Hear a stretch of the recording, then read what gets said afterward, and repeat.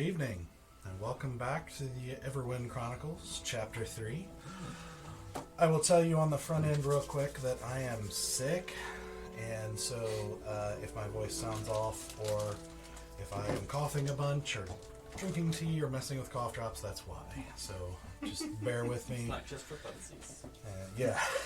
And I usually cough for fun. Yeah, we all do. That's pretty normal. Yeah. This is professional coughing. Yeah. Coughing for a cause, if you will. For non-profit coughing. Yeah. So we will jump right in, however, to get going. Monsters, kidnapping, goblins, necromancy, and zombies. Bounty hunting was turning out to be more dangerous than any of the party had anticipated. Not that they had not anticipated danger.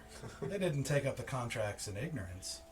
But after their past successes in gaining the attention of the city guard's colonel for a special mission to slay a monster troubling the swamp town of Echelon, this business had turned into slightly more than they had bargained for.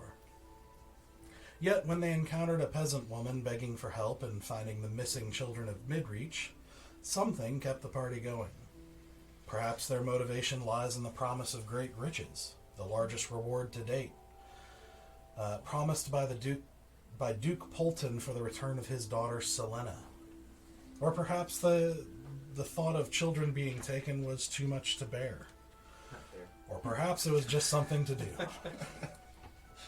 Whatever the motivation, our party set off to follow leads and found that Selena had been taken by figures in the dark from the family's hunting lodge, as witnessed by a servant girl who couldn't quite give any real detail on the figures, but had witnessed the kidnapping.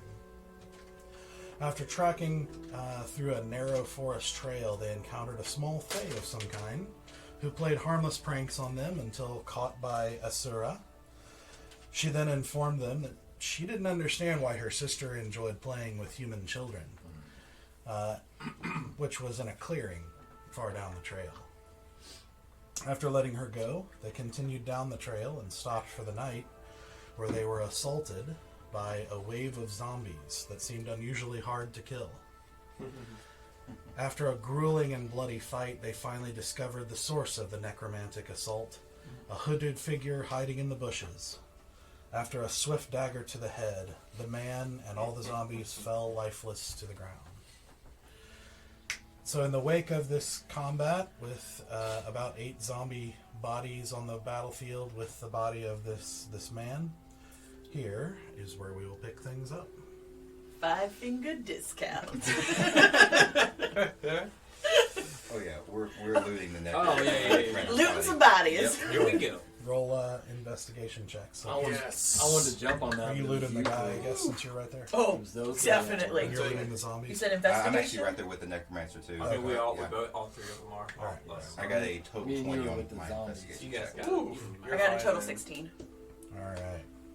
Can we search the zombies since we're out in the Yeah. marsh? Yeah. Roll investigation checks. Ooh, not so good, Not so good. Not great. Either. Look at all those chickens. These are in fact zombies. Oh. Yeah. Actually, I'm not even 100% sure these are zombies. It's game flesh, yep. Chicken. Definitely zombie. I was feeling bad about my 6 until I saw you roll. Yeah, I know. Gonna start off on the right step today. 6 and a what? 6 actually. After my investigation, I'm fairly intelligent, but not good at gumption. What's your gumption My stat? gumption stat's real low. Easy's not good at gumption. You find a lot of rotten skin and hair, like patches that kind of come off as you're moving the bodies. You know, rotten clothing, Wait, they're all. and it stinks like, a lot. It's pretty horrific. They all fell dead, like dead, after we killed the necromancer, right? The rest Yes. of the zombies. They are not moving at the moment. I thought they smelled bad on the outside. I feel like this is it's gonna be the joke that'll last us forever. Yes. All right.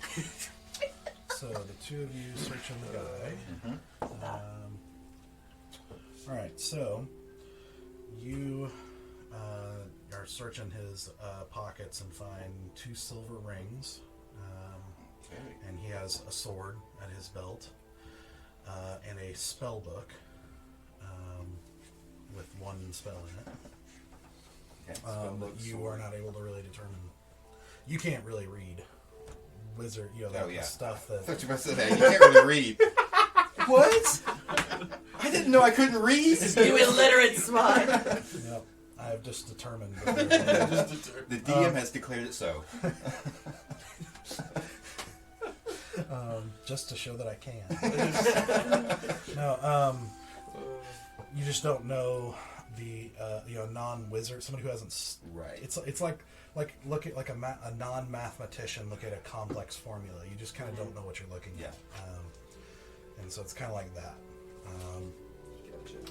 You find 2 things.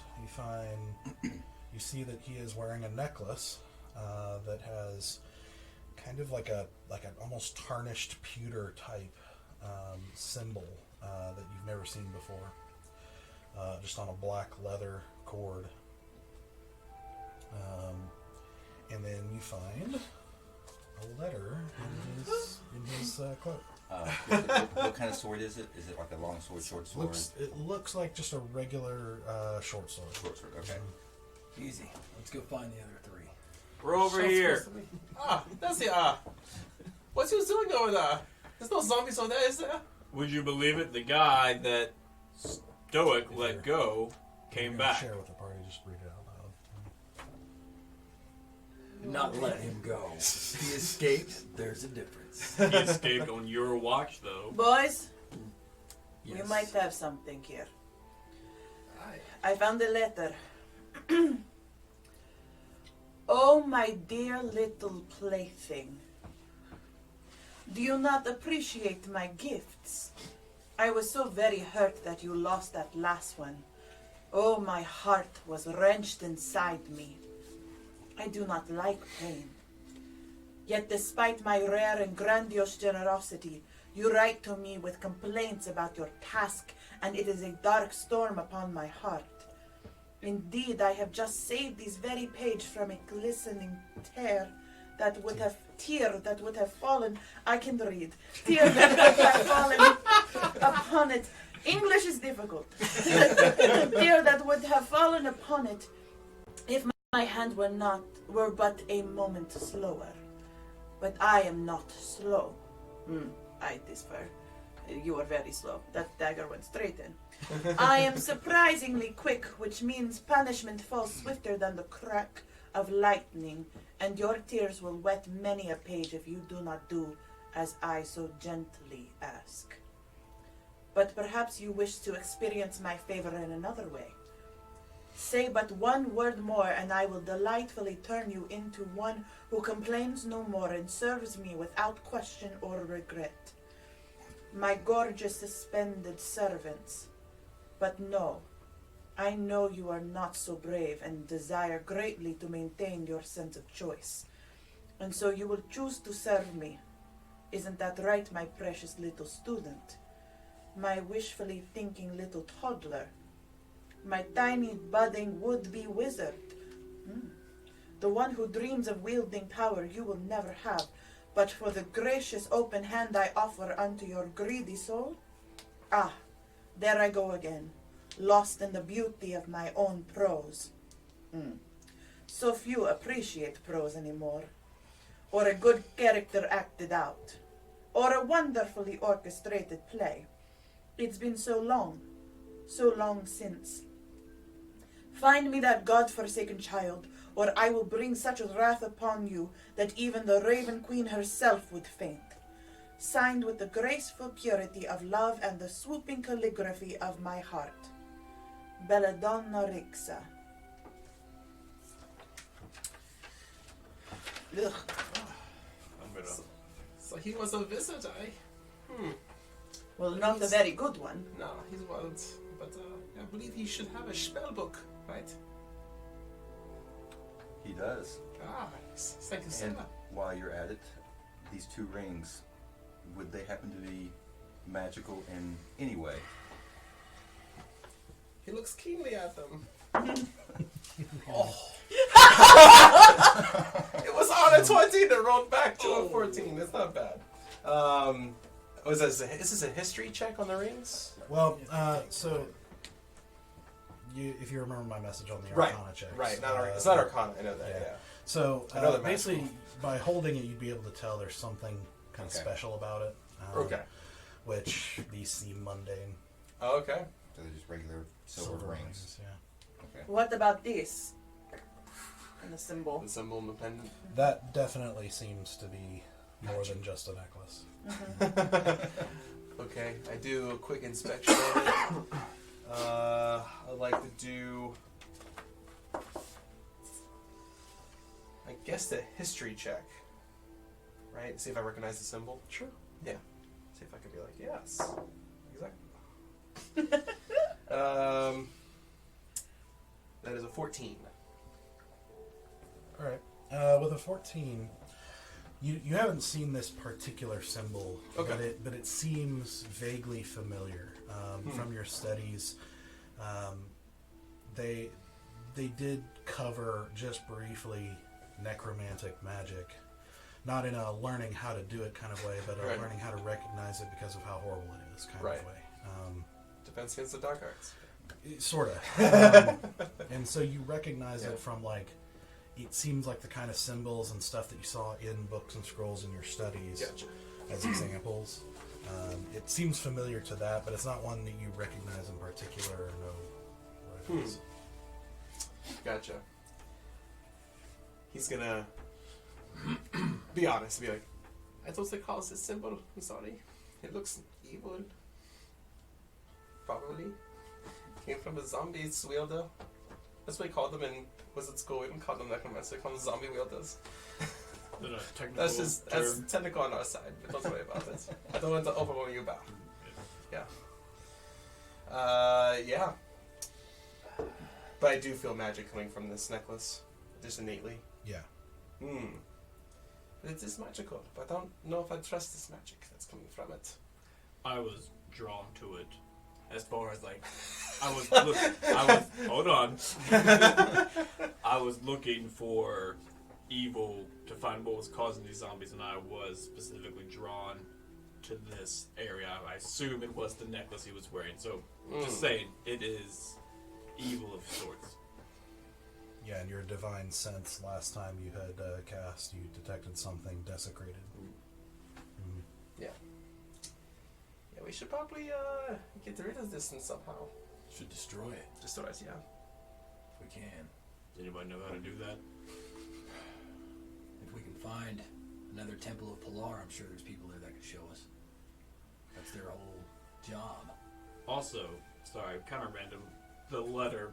Anybody know who the Raven Queen is? Belladonna Rixa is what it was signed. But they mentioned, or she mentions the Raven Queen. Yeah, I'll say all of you know who the Raven Queen is. She's the goddess of the dead. And it's kind of one of those, like, expressions more than... Yeah. Well, as far as you know, it Yeah. is an expression that sometimes people say or will use in expressions. Gotcha. Like with folk sayings or different things like that. Sometimes you'll Gotcha. see things with her name in there, but nobody knows much about her. But or what? It's kind of like, I guess in your studies you may have come across a little bit more in that, In depth of her, yeah. which is really just commentary on the mystery. Like nobody really knows. Like everyone knows that she. Well, actually, we'll roll history. Yeah, history let's check. do on that, this. yeah. I guess this would be religion, actually. Religion? Yeah. Let's take a look. That's a solid 8, Bob. 8.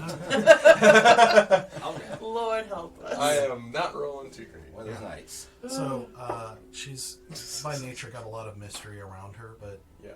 you know she's the goddess of the dead. That she I judges slept the during dead. that class. Most people know that she's the one that judges your life after you die, Okay. and decides what happens and where you go and all that kind of stuff. So that's about it. Okay. It's a little troublesome. Agreed. now knowing that he was not the end of this evil, he may just be the beginning. He A was pawn. Just a pawn, yeah. He Or wasn't- as she calls him, little plaything. A little puppet to be played with. And by the sounds of it, we don't know if it was him taking the children because of talking with your little sprite friend. Best But friends. We are best friends, yes. we know that it's a girl or a female of some sort that has taken the children. They may be the same person, this Belladonna. Well, did not the little friend say that her sister's name was Blue Clover. Blue Grover? Indeed, yeah. But doesn't it say in there that, or doesn't it seem like he was instructed to take people? She asks him to find the God-forsaken child. It's true. That means he did not have the children. I do believe there is an inextricable link between children being lost and a woman desiring children. One in particular. I wonder if Blue Clover may be in on this as well, and taking children for somebody else other than herself. Do Fae- Fairies don't do anything that is not for themselves. It's true. Maybe she is also pawn. Maybe.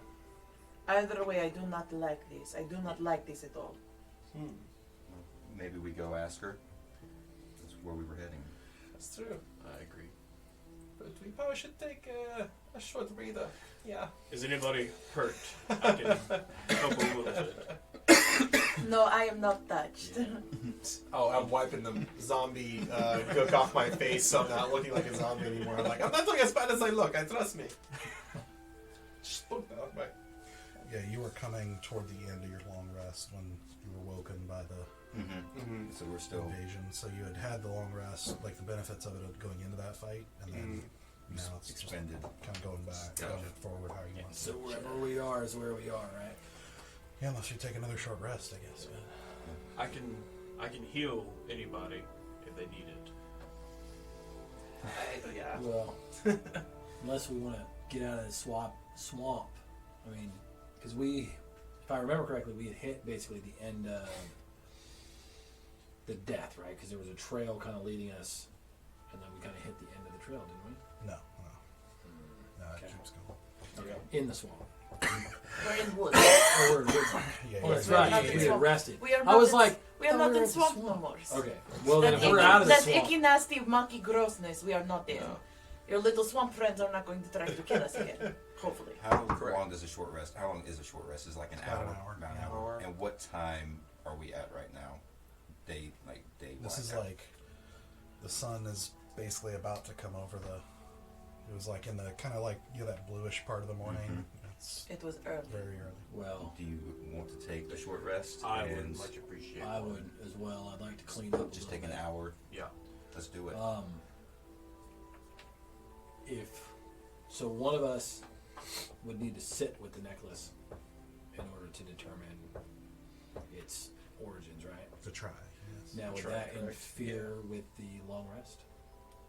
Short rest. For the No, short rest. no. Short, you- short, yeah. typically, in familiarizing with a magic item, you are you can do it over a short. You can rest. do it while we're resting, so we can still do hit dice and inspect at the Yes. same time. Well, Okay. while the boys are resting, can I keep going further down the path that we were planning on taking this morning and kind of just surveying? Can sure. Just like, no more than like, whatever a short rest is, like half the time to get out, half the time to get back, Also so that I'm reading- back as they Oh, finish their my- short rest. Half an hour. Well, I Okay. mean, I guess 6 Okay. So you're not taking a rest. No, because I'm good. Level I'm 2 solid. Now. Okay. Especially if I'm still having the benefits of my long yeah. rest. Yeah. I was not touched. To get your spell Roll slots a back. perception check. Perception. Yeah, I'll take a short rest. That's gonna be a 19 total. 19. Okay. Yeah. You travel, making your way halfway, half an hour away, which is not terribly far, especially being such a narrow path. And like I said, you're right. There are like logs you have to crawl over and overgrown areas and stuff like that. This is not like a well-traveled path, so it's not incredibly fast going. But you don't see anything of note going down there, so you turn around and head back to meet back up with them as they finish their rest. Yep, I'm gonna go ahead and roll hit dice. And you're trying to discern the... Well, I was making sure that he needed the short rest, so either one of us, he can still do it. It's just if he wasn't going to be able to roll a hit dice, I was going to do it. Which one of you are... Well, you can roll hit dice and still do this. Yeah, so which is why Right. you have it. You can go ahead and... Yeah, I'll go ahead and roll hit die for it. Yeah, do an Arcana check. And while you guys are doing that, I just let you know that I went about 30 minutes out and back, and there was nothing of note other than just semi-rough terrain. There's going to be logs to Full step 15. over and things like that. Oh, I've already Thank rolled you. out. For Yeah. Arcana. for actually telling us this time before you took off. It's clearly appreciated.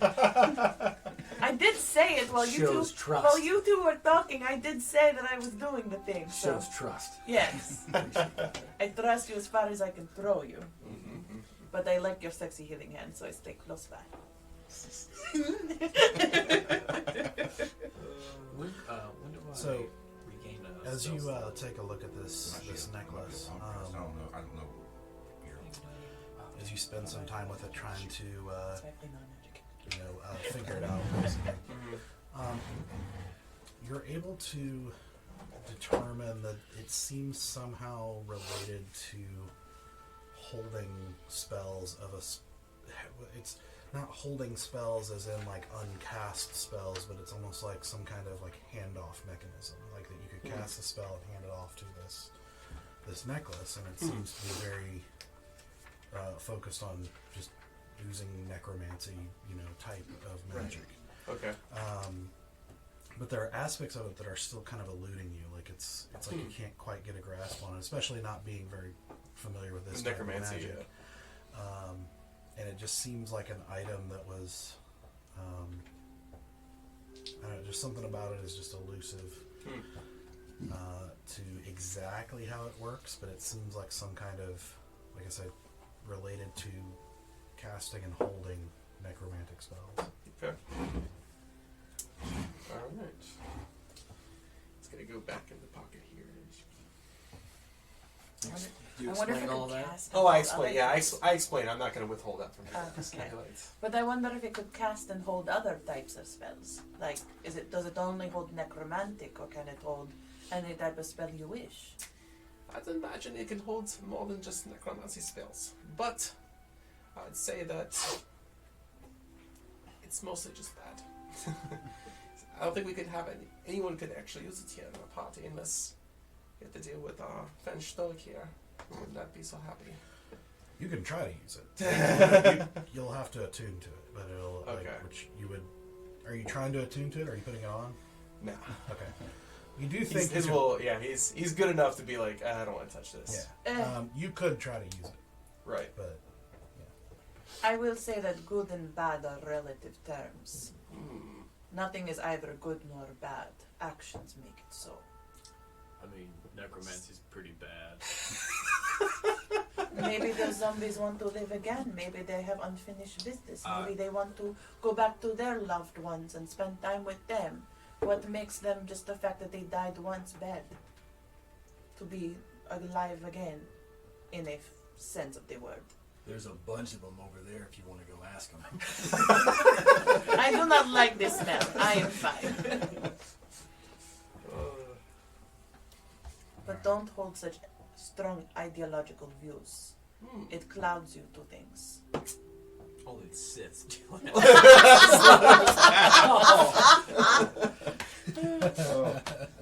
They were younglings. Alright. 3 hit die. Alright, here we go. the rest of you recover. Yeah, I rolled 2 my hit die, and I'm Signal. at 26 hit points. Can we roll your die? I'm gonna use 3. Yeah. Let's see. All right, so you guys continuing on. Terrible. Push forward. 10, 12. That's good. Nice. Lay on, Alright, make I'm full health. Can I, is the path pretty evident, or can I look for signs of a path or trail, or, because can we see What's the my trail that we 30-minute You can see the excursion trail. not enough for you? followed? You found nothing. Exactly. We are safe and it is clear. I did good. But we still need to find the children and the fairy. Which is more than 30 minutes away. Okay, we walk further. What In did which your direction? Fae friend tell you? That we just keep straight and then we'll find. Yes, we continue down the path. Any other clues, like a clearing or You were all there. You all I know. heard. I can't remember. What did she say? She said to continue down the path. Her sister was weird, and she said, I don't like to play with you no more. That was the gist of it. All right. I guess we continue down the path. Let us go. Let's press on, yeah. I'm gonna walk next to Chris while we're walking. Who? I mean, easy. What? We You found a don't random know Chris Chris? along the way. A wild Chris appeared. Chris has been with us the whole time. Hey Throw a guys. Pokeball at it.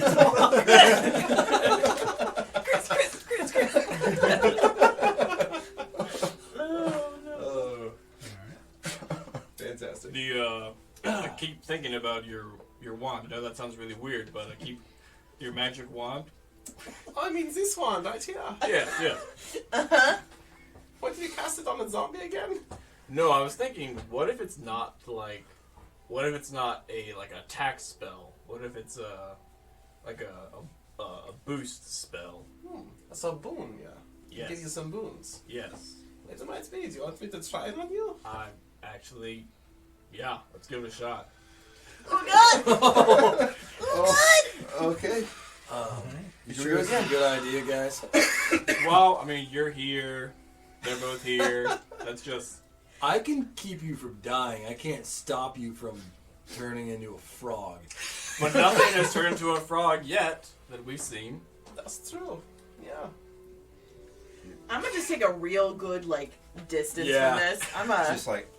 I wanna get behind you. you. I'm just gonna stand near sexy healing hands. I am one with the wand. The wand is with me. And No. the wand is with me. No. Is that? Cover your bits. Stool! So you pointed at Bear and feel the discharge again. That familiar Yeah, you do. magic discharging from the wand, and you don't feel anything. But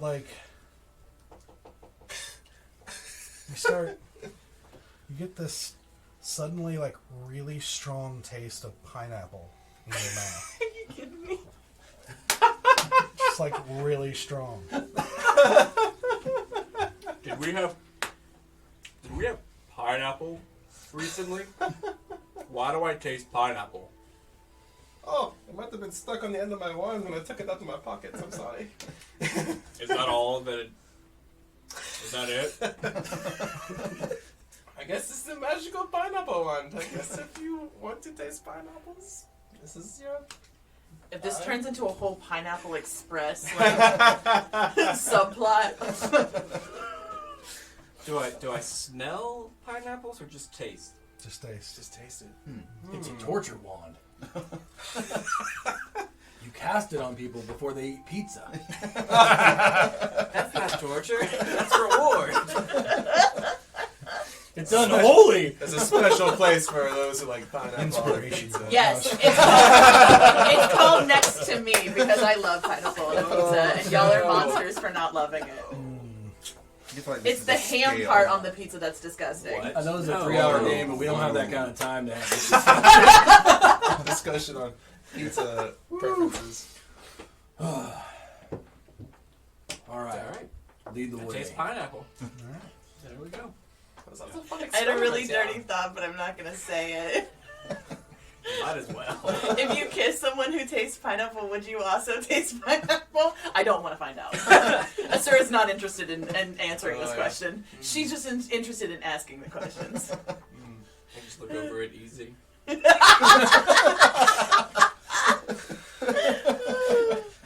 I'm not that kind of wizard. Just let you know. That's fine. That is fair. All right. Well, put About the 10 wand minutes. back in the pocket. Well, I must. If we get there before then, I'm gonna ask Bear before we get to the clear. you still taste pineapple? You do. He sure do. Is it just as strong? Mm-hmm. Yeah. Just as Like strong. 5-10 minutes down the road, it's Wow. Wow. Wow. Oh, wow.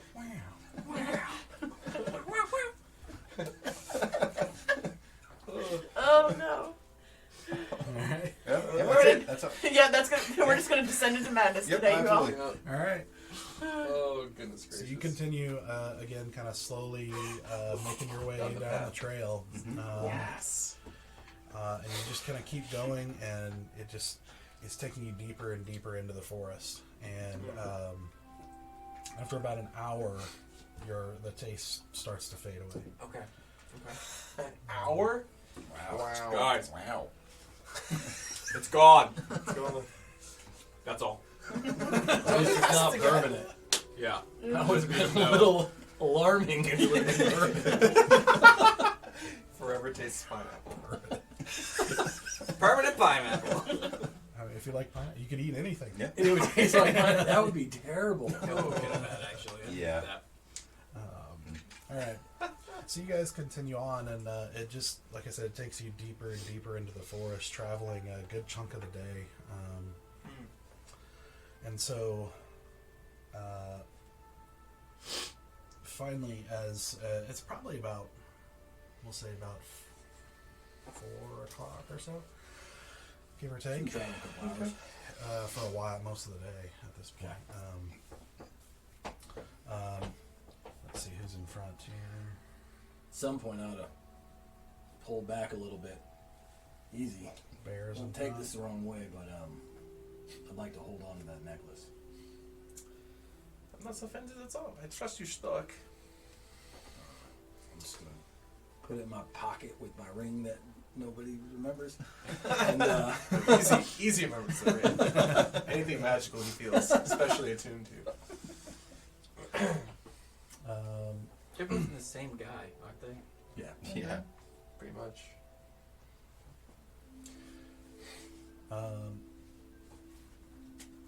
So Bear, you're in front. So after finally around 4 o'clock, you hear something like up ahead. Okay. You stop.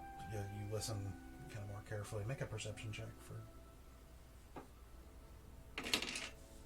Okay. Perception.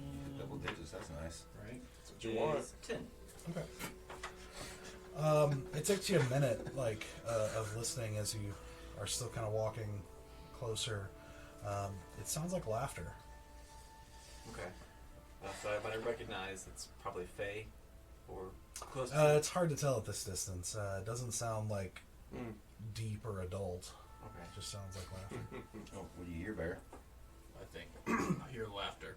You think it's the fairy thing? Alright, I'm starting to listen out now. Roll a perception check. 16. 16. Yeah, you hear it too. I mean, Okay. it sounds a little higher pitched than what a typical adult laugh would be. Okay. It's still kind of hard to differentiate at this distance. You only hear it occasionally. Do we see any clearing beyond the trees, or are we still just like in the thick of it and we can't see? At the very moment, far? you're still kind of in the thicker part of the forest here. I think I want to start stealthing. Yeah, I was gonna say.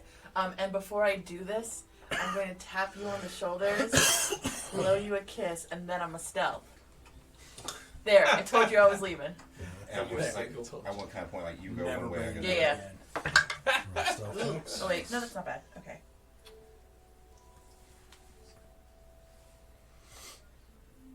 17.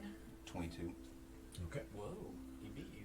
I know. That's because I didn't roll great, but I had a +6. We're equal in stealth. Okay.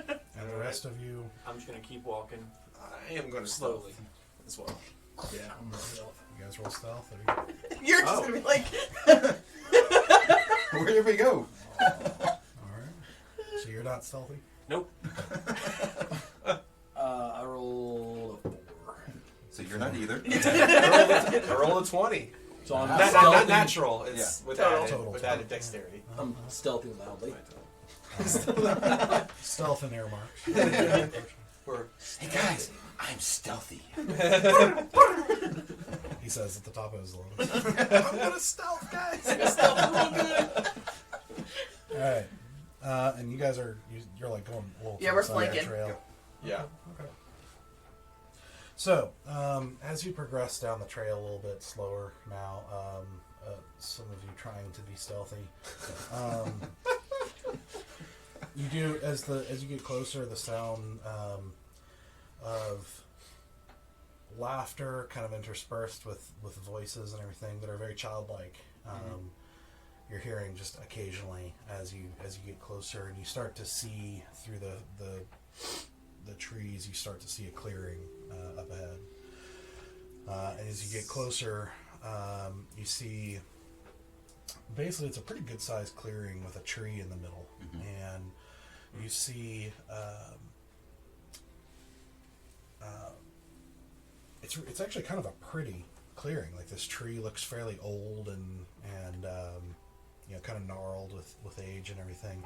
You see behind it on the other side of the clearing, you actually see a couple of very crudely made tents, like little more than like a large canvas, like made in a triangular fashion, not fancy at all.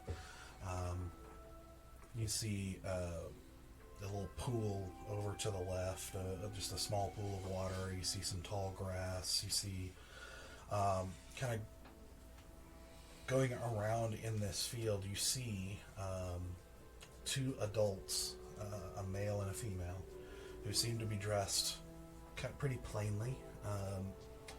One of the man is chopping wood over on the far side of the clearing, and the woman is kind of sitting in front of the tents, like around what looks like it was a fire pit that's not currently lit because it's still daytime, doing something. And you see all throughout the clearing, you see children with running around and kind of jumping and doing different things with what looks like little bugs flying around them. You also see another one that is glowing. Looks similar to them, but a little bit bigger and glowing, over by the guy who's chopping wood. And then you see another child off to the right near the edge of the woods, talking to what looks like a very small, like petite woman with kind of pale skin and dark hair, kind of kneeling down, talking to them. This child has like a hood pulled up over them.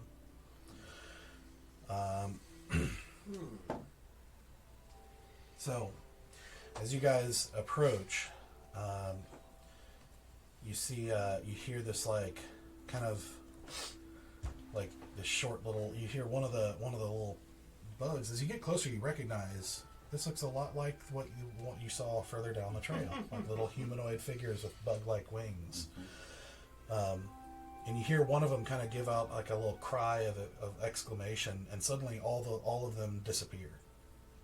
And you see the kids kind of look around in confusion and everything. You see the woman who was knelt down talking to the other one suddenly burst into like leaves, and then suddenly absorb into a tree. You see the adults stop what they're doing and look in your direction. You hear the woman kind of go, "Children," and she starts waving him, the kids toward her. And you see the man take his wood cutting axe and everything that he is holding. He starts slowly walking your direction, kind of looking around, alert.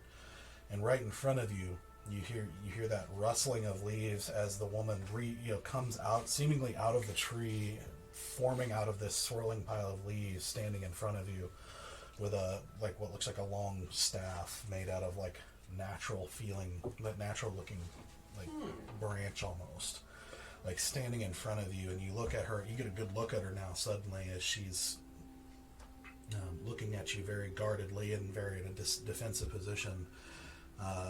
Her skin is like pale with like a greenish tint to it, and her eyes are almost completely dark, with like kind of long eye shape, and her hair is dark and has like little bits of twigs and leaves and stuff in it, and has like a greenish tint to the, like it would be almost black, except it's got this greenish tint, like this dark, deep green tint to it. Wearing this kind of pale tan, like clothing almost, that not sure what it's made out of. And it's like she looks like a woman, but very petite and smaller than normal. But she is looking very seriously at you in front of you as the others have disappeared. The guy is walking, and the one that was glowing is kind of floating beside him as he walks. Who is she after? I was gonna say, are we still Stealthed around? Yeah, you're still. I mean, as far as you know, you're still on either side of the trail. So they're walking towards basically Barrett's Yeah, in fact, I because can show you here. All right. Maps. we're off to the side. I'm gonna stay hidden as long as I can on this one. Same here. So you guys are over here, Right. Okay. and the man was over here and is walking toward you guys now with the glowing one outside. And the pretty staff lady is Right here, in front of. So, I know. just like right in front of you. I know Bear and I weren't very stealthy. Not but even 10 are feet. they off? Like we don't see them either because they were stealthing, or were we all in the same group identified? I mean, you could roll a perception check to try to see them. Well, no, but I mean, like they're not standing next to me and Bear being. Yeah, they're basically kind of over in this area. Okay. Yeah. And you're off too. Yeah. You're stealthing. Yeah, I'm Okay. stealthing right now. I guess I'll approach the staff lady, not like threateningly, just like walk up to her. She kind of like Okay, warning you to like not. I definitely have my bow and arrow prepped. Okay. Hello, no harm, no harm. You see the man walking, still walking towards you and everything, like eyeing you guys, and he says, "You got lost." Maybe we got lost looking for something. We were hoping maybe you could help us. Well, not much out here. What are you looking for? We heard some children got lost in these woods, and you seem to have quite a few.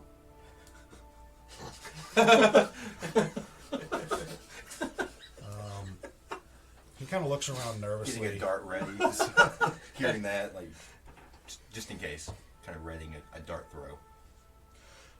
You see the one that was glowing kind of dart up ahead a little bit to stop, like kind of right next to the woman standing in front of you. And you can see her now. It's like she looks like the others, but her whole body is just glowing softly, and you can see her face just kind of like looking, very intently at each of you. Does she actually look at?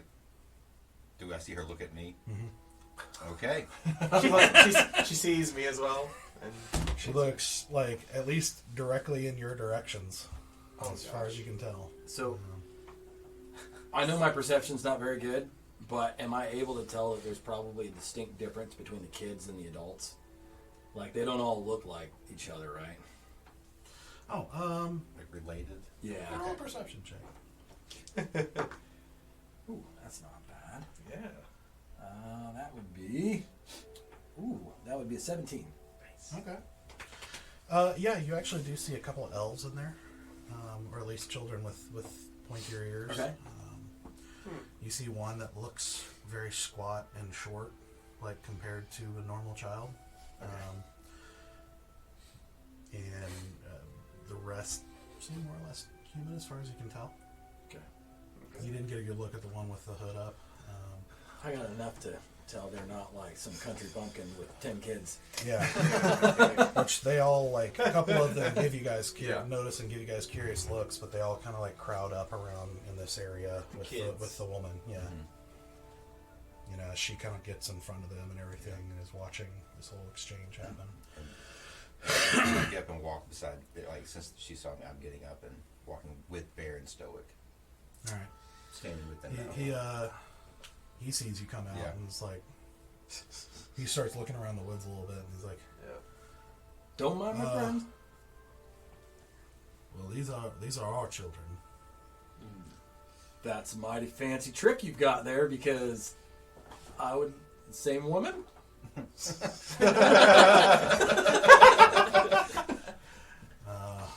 God's been good to me. What? Faithful woman? Jesus. What is it? Insight. Can I do an insight check on him? Sure. Jesus. Are you gonna do an insight I check on him? did. I mean, I still can't tell if he's lying or not, but I have a 6. Jesus. Yep. 6. Yeah, you're not sure. Yeah. What's going on here? I like to ask the druid woman of, I'm assuming, I don't know if she's Druid or not, but I'll say, Funny, she doesn't look Jewish. Jewish. Thank you. Thank you.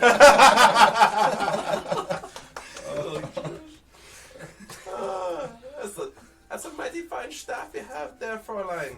Where'd you get it? I guess I could do a persuade her to tell me things. We haven't said anything persuasive yet. I guess, yeah. You see her like eyes narrow a little bit and everything, and she kind of tilts her head, and you see the one that was glowing kind of float down and whisper into her ears, and she says something back. Let's see. She's gonna turn me into a newt. I got better. Thank you. What languages do you speak? I've Oh. got a vessel. I speak Common, Elvish, and Halfling.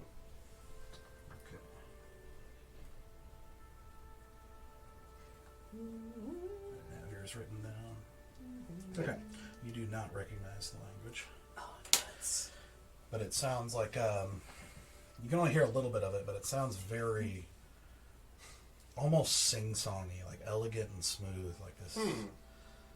You know, I don't know how to explain it, like this, and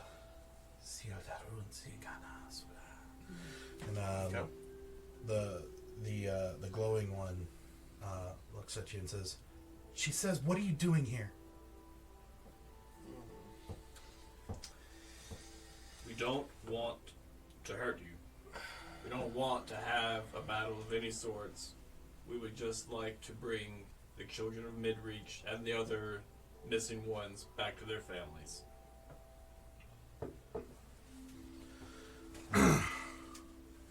You hear the guys like, well, no children like that here. On your way then. Do you mind if we talk to the children? So looking at the guy and the girl, they're clearly human. As far as you can tell, yeah. Yeah. Humanoid. Or human, Yeah. because you said there was like elvish, looking like elvish children running around. I haven't said anything yet. Oh. Also, do you know of anybody named Blue Clover in the area? He kind of looks nervously at the glowing one, and Gotcha. she's like, "How do you know about her?" We ran across her sister in the woods. Just told us that she might be out here. Just wondering if you knew where she was. Mm-hmm. She was really concerned. Concerned. Wanted to reunite. That doesn't sound like Blue Clover. No, not Blue Clover. Blue Clover's sister. Wait, I thought Blue Clover was not the one we Wait, saw. no, which one was Blue Clover? I thought Blue Clover was the one we were going to find. Yeah, that's the one we're gonna Well, find. that doesn't sound like any of them. Sundew is the one I caught. Sundew. Yeah. Sundew is the one that we're speaking of. Well, Sundew left. I don't know why she's saying that. Well, I don't know. That's just what she told us. Is she here, Blue Clover? You can see like they're pretty nervous, like at the moment. Okay. Like they're. She turns and says something again in that sing-songy language, and you see one appear next to her. This one again, slightly smaller than the glowing one and not glowing, but looks very familiar or very similar to the one that you encountered before. She's just like, yeah? Hello, are you Blue Clover? Yeah? I am Bear. Bear with me. Good to meet you. You don't look like a bear. That's just my name. That's just what they call me. Why did they name you a bear? Oh, long story. I actually slayed a bear when I was much younger. At this point, I pop up and I'm just like, But she asked! Blue Clover, I had the great misfortune to catch your sister earlier today. She informed us that you were playing with a bunch of children and she did not like this. And she had decided to no longer spend time with you because you wanted to spend time with children. And she did not understand nor like this. Stupid loudmouth. When she said this, we were under the assumption that you had taken the children of Midreach, and so we came here to take the children back. Taken? There were many children that have been taken from Midreach without any knowledge of where they are gone. And parents are very, very scared for their children. So the guy now says, so you'll sell swords then? I swear to God, last person called me sell sword again. I will take their heads and I will sell their heads, and then they'll call me a sell head, not sell sword. But yes.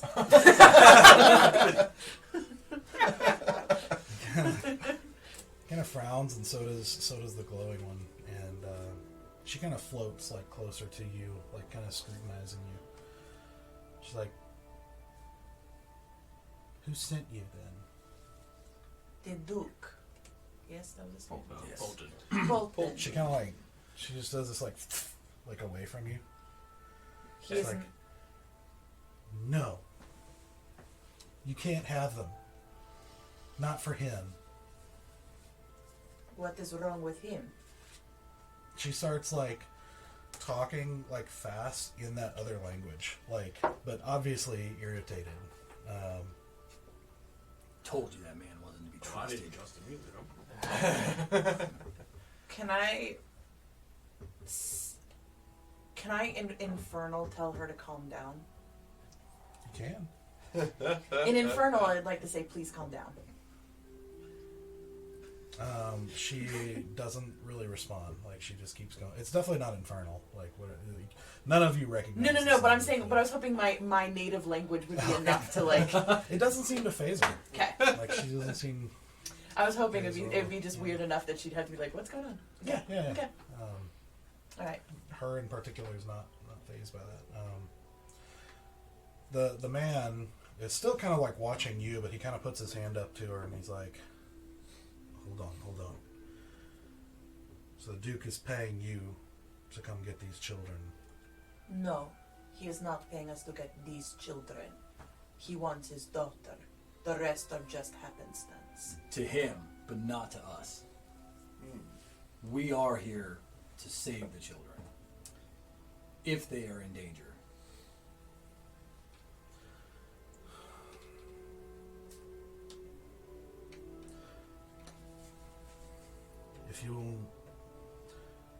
If you'll allow Storm to touch one of you, then I'll tell you the whole story. To touch one of us?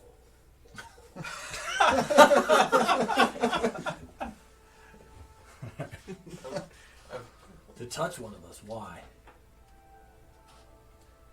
She can read your heart. I instantly started to back up a little bit.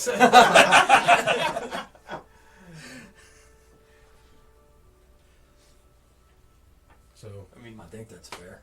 Yeah. You volunteered. all right. So you step forward, and she floats, and she doesn't land in your hand, but she like kind of floats around you for a second, like kind of like around, like she's looking at everything, and then she floats up again and then touches like right on your chest for a second, and you see just the tiniest little flash of light as she touches. You don't feel anything, but you just see this little flash of light as you're watching this happen. And this is the blue one, right? No, this is the gold, the bigger one, Storm. The one with the staff. No, No. this is like the There's big glowy 4. fairy. The bigger glow. Okay, yeah, the one that that's was what with it was. the Okay. father, dad, male person. Yeah. And she kind of like holds it there for a couple of seconds. Then she kind of comes back and floats up to your face and is like, "What are you really?" What do you mean? I'm a Goliath. I'm a No. paladin. A paladin. Yes.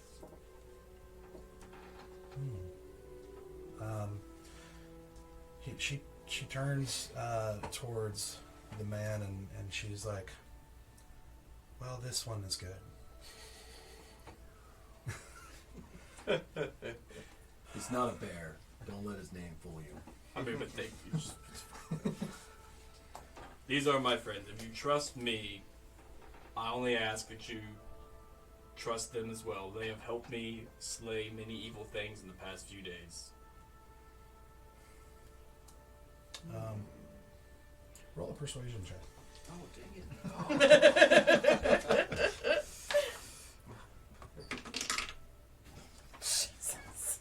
Was it natural one? No, but it's not much But it higher. might as well be. I got a 6. Alright, you got decent persuasion. Yeah, it's not bad. He just, man, still holding the axe, is still like very much on guard. And he's like, "Well, that remains to be seen."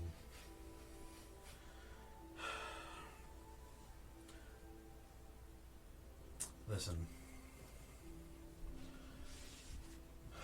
And he turns and waves the woman forward, and she walks up to join and everything like that. And he kind of whispers in her ear for a few seconds. This is the one back with the children. Yeah, Yeah. she was back there, yeah. Mm-hmm. And kind of filling her in, and so far. And he turns and says, "I'm afraid we can't let you take them back." And the woman nods, and she's like, "We're from we had a farm, just a small one, outside of town, and well, I was having a walk one day and came across, thought I heard something. Went off the trail and came upon a little girl who was cold and starving. Well, Storm here, and there's the one that's glowing. Storm here was helping her. Apparently she had run away from home. Said that her parents had hurt her, and so she ran. Well, I took her in and, fed her and got her warm again and everything, but then she told us that she still had a brother. And,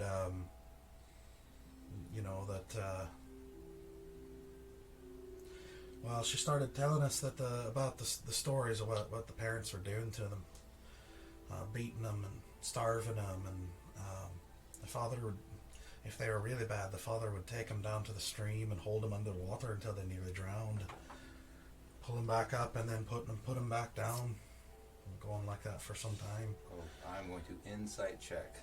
Go for it. Stream. Yeah. 12. Yeah, 12. Mm-hmm. She seems pretty sincere. Okay. She seems pretty. She's having a little bit of a hard time talking about it, basically, like some emotional parts of Cracking this. her voice. Okay. Yeah. At hearing about the physical, like the drowning and the other like major abuses, my eyes start flickering red a little bit. Like they kind of like go red and then they go slowly back to like orange to gold, and then they flicker red again and they go back to orange to gold. Mm-hmm. and I'm trying to like, everything in my body is starting to like bunch up. Storm notices this and just kind of looks at you like curiously, like just.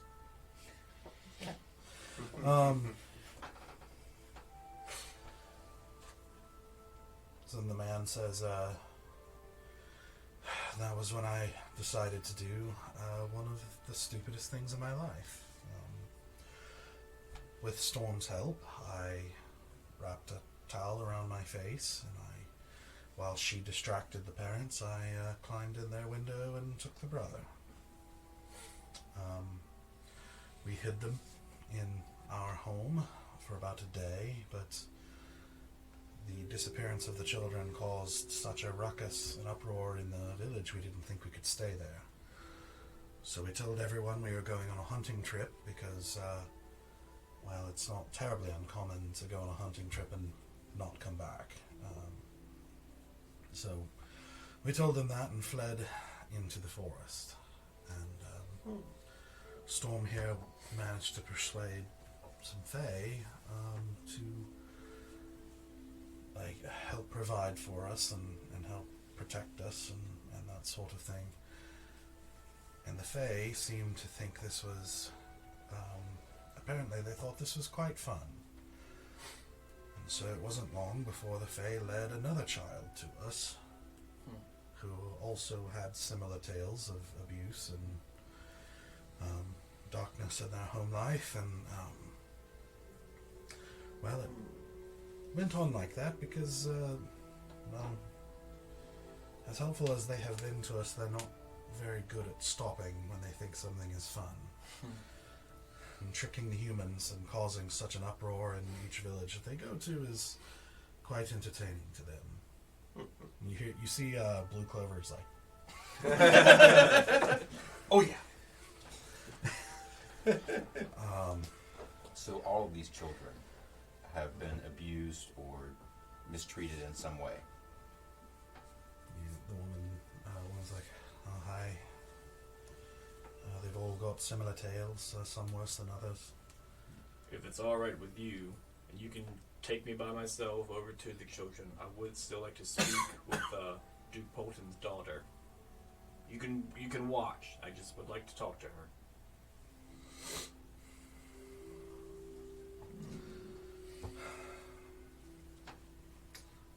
He kind of looks and it is roll a persuasion check again. But my brother, what am I? Alright. Net one. I'm impressed. Thank you.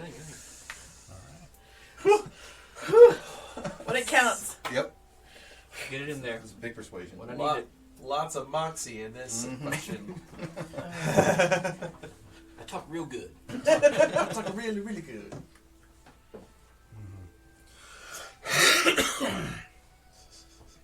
Here, take my axe too. Alright, so the man kind of like surveys the situation, obviously kind of weighing the kind of his options at the moment, and says, all right, but me and Storm are going to go with you. That is okay. I Can I- encourage it, actually. Can I link arms with him and say I want to go too?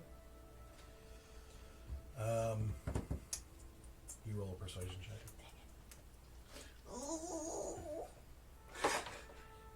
14? That's plus 2. Persuasion, yeah, plus 2.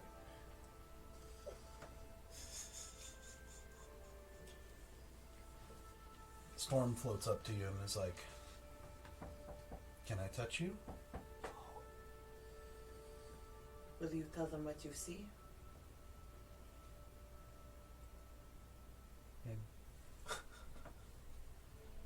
I just know if you're good or not.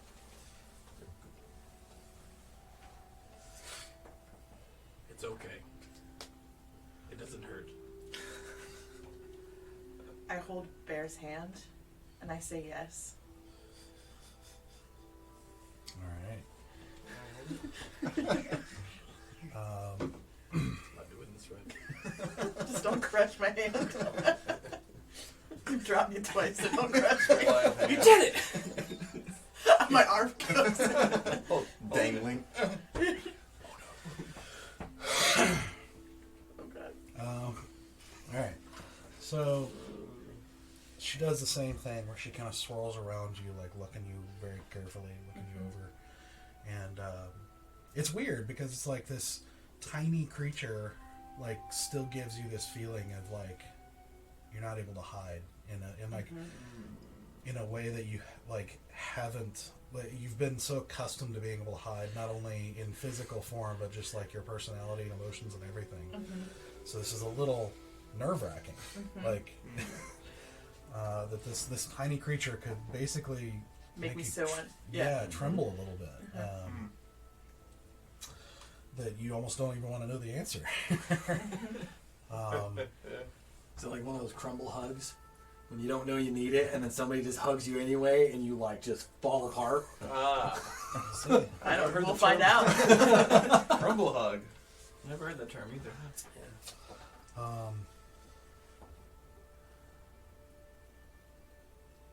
So she finally comes around and then again kind of touches you like right on your heart, and you see that same little flash of light as she kind of closes her eyes and is for a few seconds, and then a few seconds more, and she lets go and with her eyes still closed, and you see like this little frown on her face, and she's like, well, you're not all bad. But you think you are. Didn't take a very to know that. She kind of like sits there in thoughts for another like agonizing or 5 seconds or so, and then turns to the man and just nods. And he's like, all right. Give a big snap in the back. Runs like 5 feet. Right. Stumbles. Can I get really close to the fairy? And just like really, like, so no one else can hear, and like, you promise I am not all bad. I don't think so. You're trying. And that's what counts. I get really uncomfortable and I back away. But I nod, smile at her, like the closest I could get to thank you. All right, And so I just go back to link arms with Bear again, like holding on tight. She and the man walk the two of you over to the group of children, and who are all basically kind of in front of in this little tent area, like, and they're all just kind of like, they're not like pressed in on each other, but they're definitely kind of close to each other, a little bit nervous as they're watching this happen, and kind of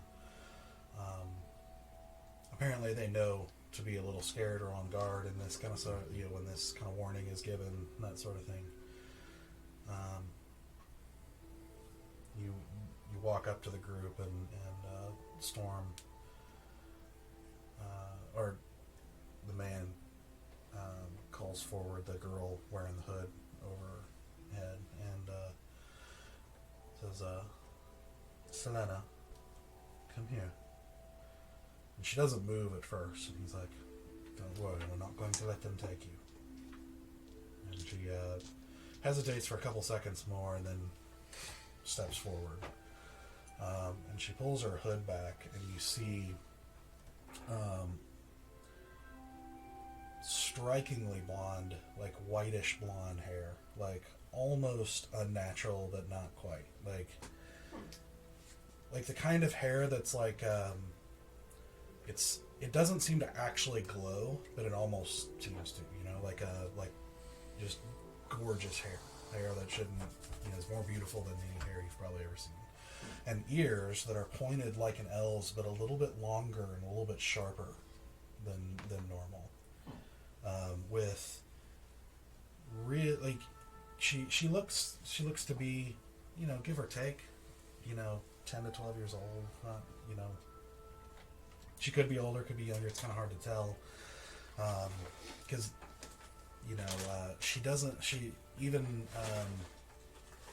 You see elves throughout the world, like they're a pretty familiar sight, but she looks a little different. Like she's like slightly more exotic, with all but sharper features and just flawless skin and just these eyes that are kind of like jewels. She kind of looks at you both, looks up, at you and. Yeah, I'm gonna come down to her height. Wait, what color are her eyes? They are. Hold on, let me check. They are. So they've got they're kind of like a dark blue with like a purple mixed in. Like not quite natural, like not the kind of eyes you've seen before, but they look like normal eyes more or less, except for that color. It just looks like crystalline almost, like just jewels almost. They're gorgeous. Seeing her kneel, I'm gonna kneel beside her. Okay. I'm gonna do my best to recreate that color in my own eyes, but I think I won't be able to achieve it properly. So it'll have like a muddy version of this like bluish purple. Yeah. Roll a performance check. Okay. Thaumaturgy, don't fail me now. Performance. 14. 14? Okay. Yeah. You try your best. It's like it is a very difficult color. It's like that weird blue and purple mix that you've seen at like rarely in a sunset or something like that. It's like but like at the darker edge of a sunset. It's odd. But you're able to get like kind of a dark blue color with like a little bit of a ring of purple around it. That's just to get the idea. Not quite. And she still doesn't say anything. She's just looking at you guys kind of nervously. You are Selena. You are Duke Polton's daughter. Yes. Well, it is a pleasure to meet you. My name is Bear. This is Asura. I'll just cut to the chase. We were hired by your father to come find you. We were also hired by your father to take you back to him. But we have been told that might not be as easy as we thought. We wanted to get your side of the story. And do you want to go back to your father? Basically, is what I'm trying to ask. You see her eyes like suddenly turn like this dark gray, like the color of them actually shifts. Ooh. And it's like this dark gray, and she's like, I will not go back there. Okay. Not alive. We would not take you back. We would not kill you, if that's what you're wondering. We don't want to harm you. You're the last thing we want to harm. Then don't take me back. What did he do? It's not him as much. And well, him too, but it's my mother, Hedona.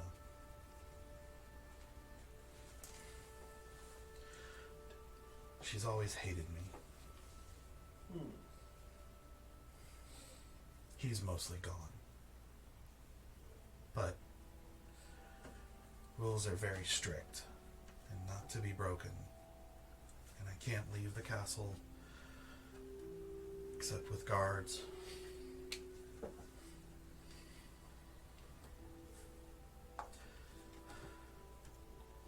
She's like, you can see it's like she's having a really hard time like talking about this. Like it's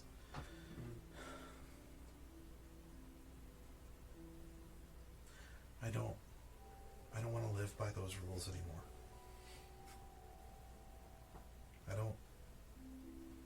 don't get punished here like they do. How do you get punished there? It's always different.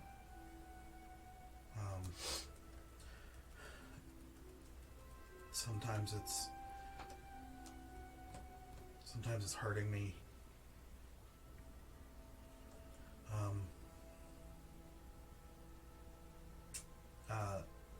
She turns. She kind of like sighs and turns, and she turns around and she pulls her shirt just like halfway up, and you can see marks on her back, like scars. But you also see burn marks and like scratches and cuts and different things, bruises and stuff like that, or what looks like were bruises, but have faded a lot. And sometimes it's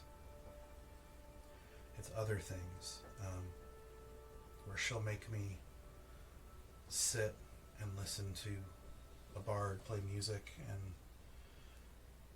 it'll be a very, very, very long piece, and I'll need to go to the bathroom, and if I go to the bathroom, she'll hurt me and make me listen to the piece until it's done for hours. And I can't go, and sometimes she puts me in the box. The box. It's dark and it's small. I can't really move. No Where way. is this box? Well, it's in the castle.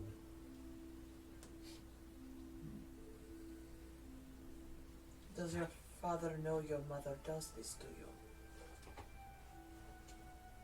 Yeah, I think so. Does he try to stop it? No, he only cares if I break rules. Has he done these things to you too? Well, sometimes he's hit me, but not as bad. It's when he's angry or like when I break a rule, maybe. But she usually comes after. She comes after? After what? Like if I break a rule, like he might hit me when he's angry, maybe. But if I break a rule, she comes later. Oh, And that's when it's really bad. I see.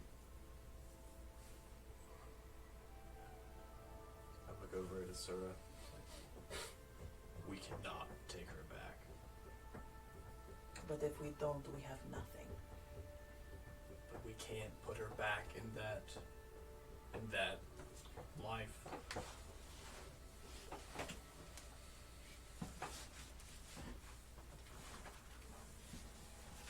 Thank Well- you, Selena.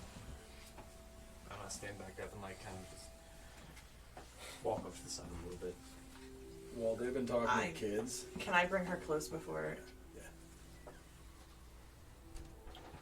To lay hands upon a person is a weakness.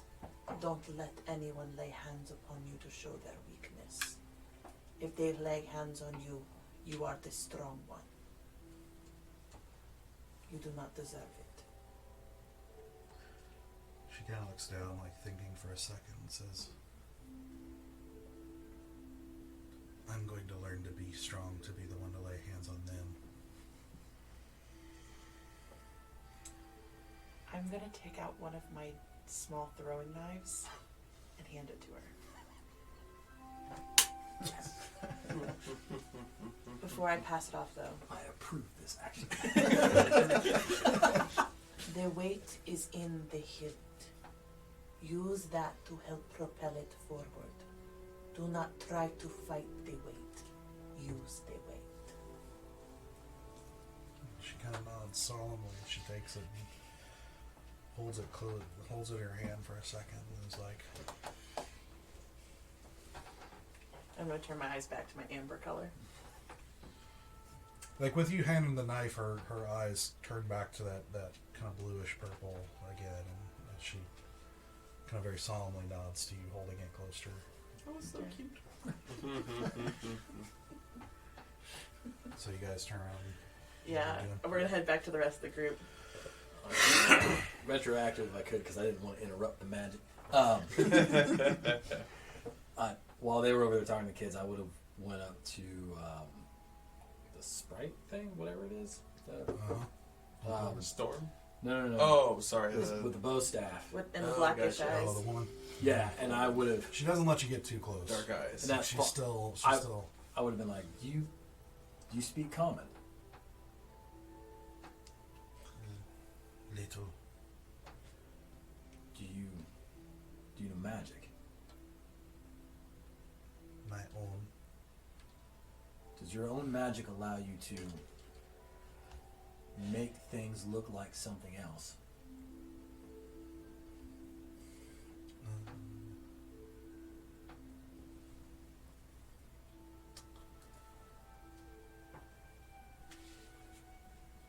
No. Can hide. You can hide. Can Clover? Can any of you change someone to look like someone else? Can change you. No, not me. Not me. Why? Because by the looks of that conversation over there, I don't think any of these kids are going back with us. No. But we gotta take something back with us.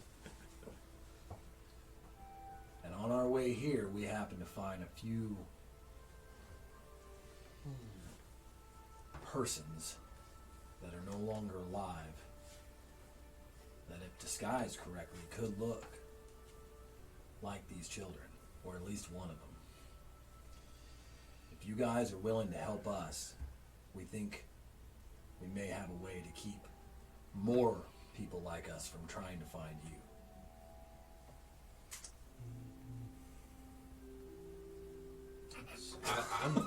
I approve this message. I'm just listening. Yeah. Bane switch. Kill the father. That might be swinging a little above our head. I was saying, we give him a zombie. I do want to reiterate, we are level 3. Yeah. Best I can do is alter self, but I can't change my size. Well, I'm still. I can look like the girl. I'll be I can look exactly like the girl. We who's got her. really tall. She got bigger. She had a growth spurt. Had her Plus big we growth saw her. spurt. Since last we've seen her. Storm can change one I think one for would be a short time. an hour. Don't know your time. I'll chew on that and wait till they're done with their conversation and come back. Yeah, she is definitely still watching you guys carefully. Understood.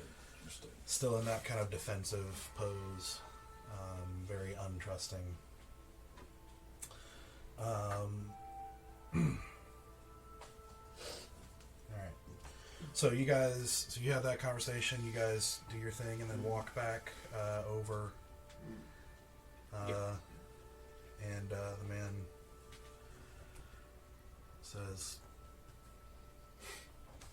"We're not much of a fighters, but we can't let you. As you can see, we can't let you take them." I understand. We cannot leave empty-handed. I think I have a plan for that. If you guys would be willing to listen. Poland only seems to care about Selena. And these kids have been gone for a while. If we can get a body, and we know where some are, and we can make it look like his dead child, and say she's the only one we found, the other ones were ripped apart or whatever, then maybe we can fool him into thinking that the kids and his daughter are dead.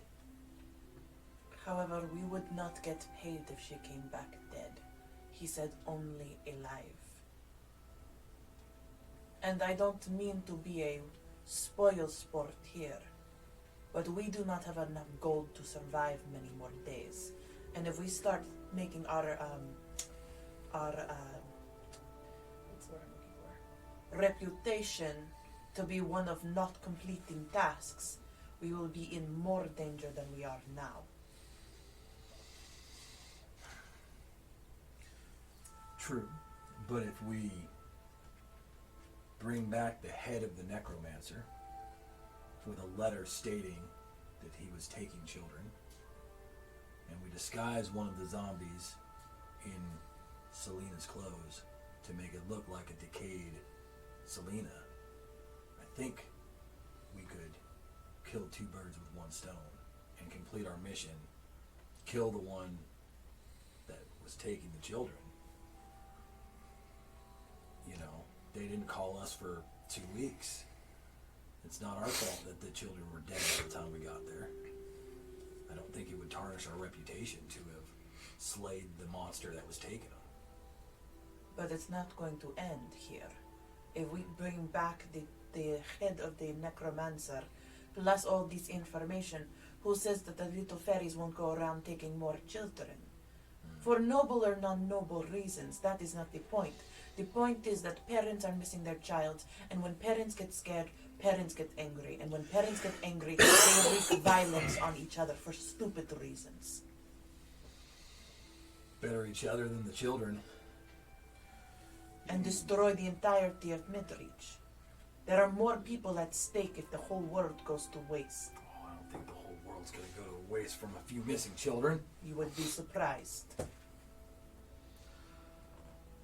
Well, maybe.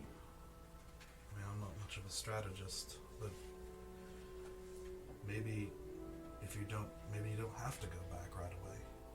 Like, if he, I mean, he expects you to be out hunting for a time, and who knows how long. Midreach is a decent-sized province. Maybe you don't have to go back right away, and that would buy us time. Time for what, though? Yeah, he kind of looks at the woman and is, well, we're going to have to find, we can't stay out here forever.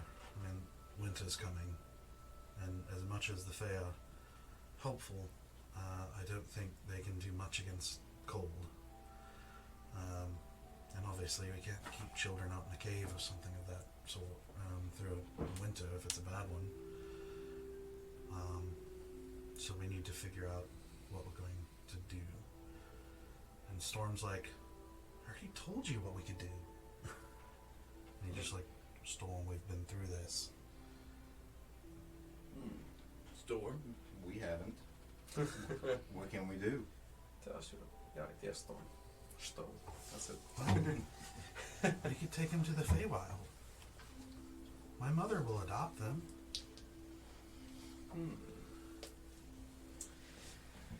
I mean, take us or take the children? Well, do you want to be adopted? I do not. I have a mother. But thank you. Well, no, probably the children then. Well, that's what I'm thinking. And talking to the guy, why would you not want to take them to the Feywild? Storm.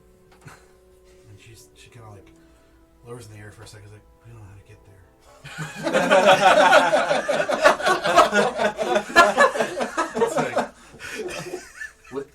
That does pose a problem. And she kind of pipes up again. Is like, but my brother does. Sithris, he knows he knows how to get to the Feywild.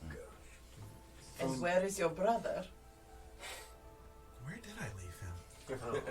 From my time of studying, would I have a feeling whether or not taking people from this realm to the Fey realm would be a good idea or a bad idea? Like safe? Well, you could roll maybe a history check to see if you know anything about the Feywild. Like, History 0. Yeah. So 15? 15? Alright. I mean, knowing the Feywild exists is another kind of more or less common thing. Yeah. It's more things that people tell, no pun intended, fairy tales about. Yeah. It is the fairy realm. It's like the Fairytales. place where these types of creatures come from. And I think, let's see, and your But is it like Disney or Brothers Grimm? is, ¿Por qué no los dos? it is, I think, yeah, for 15, yeah, I think you know it was both, depending on where you are. Okay. It's a little bit of everything. And it's, you hear of dark things and creatures coming from it, but you also hear of absolute beauty and fun and, you know, all kinds of stuff coming from it as well. But it's just like a very strange place and a very not quite like this world type of place. It's been harder to even study because it's you have a tendency to get distracted when you're there, and like, you know, it just is, the creatures there don't think or act quite, don't have the same motivations as people here, so scholars have had trouble studying it and getting a really true accounting of what it is and how exactly it all works. And it's just like there are so many places in it that don't act like anything, and so it's But it's hard not to know. necessarily a terrible idea. Like, they'd be about as safe as they are now, I'm assuming. Possibly, Yeah, but you know, how it's is a just- raven like a writing desk? Like, Okay, fair enough. anyone just make okay. I got it. Thank you, Totally thank you, got it. thank you. Yeah. It's If we late. could find my brother, then I know my mother would adopt them. But human children's and other humanoid children's are not like fairy children's. Well, she adopts anyone. But how would they live? Well, not anyone, but she adopts a lot of different types of people. But how would they live inside this realm where everything is topsy-turvy? Well, that's part of what makes it fun. For you, yes. But then not everyone sees the world that way. Well, she protects her children From all bats. from anything. I mean, she's the Sapphire Queen. What do you mean? She protects. Nobody's gonna mess with her. Can I turn to the guy? What if the children decide they do not want to go to the fairy world? Are you ready to take care of all of these children? Just the two of you. How will you feed them, clothe them, raise them, educate them? He sighs and he's like, well, as far as the child's desires, I'm afraid that ship's already sailed. I mean, they're not the most discerning bunch, and they've already told the children about where they come from, and of course the children want to go. As for whether that's a good idea, I'm a farmer. I don't really know. But I Storm knew. swears that the court of the Sapphire Queen is safe. As to how to get there, well, apparently only her brother knows. And she says that she provides for all her children and protects them. But if you never find her brother, someone has to take responsibility for these children. Can you and she alone be enough to raise all of them? Keep them safe, warm, fed, protected. In all honesty, I don't know. That's why I said we need to figure something out.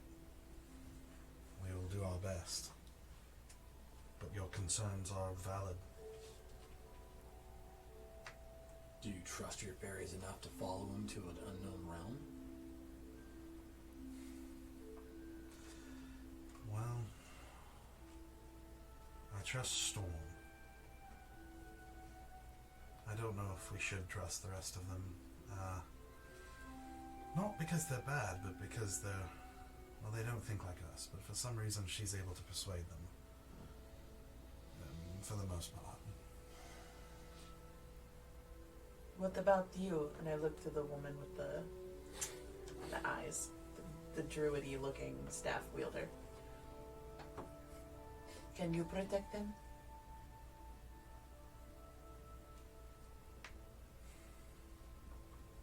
From small things. Not me. Oh no, Sapphire Queen. She protect. Do you know where to find her brother?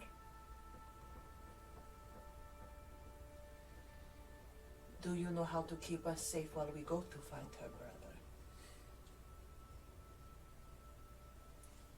We hide. I'm very good at that. As she is.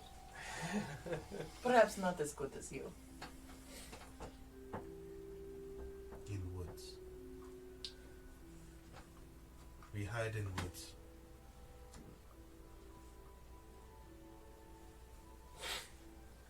Do you think we could convince Duke Polton,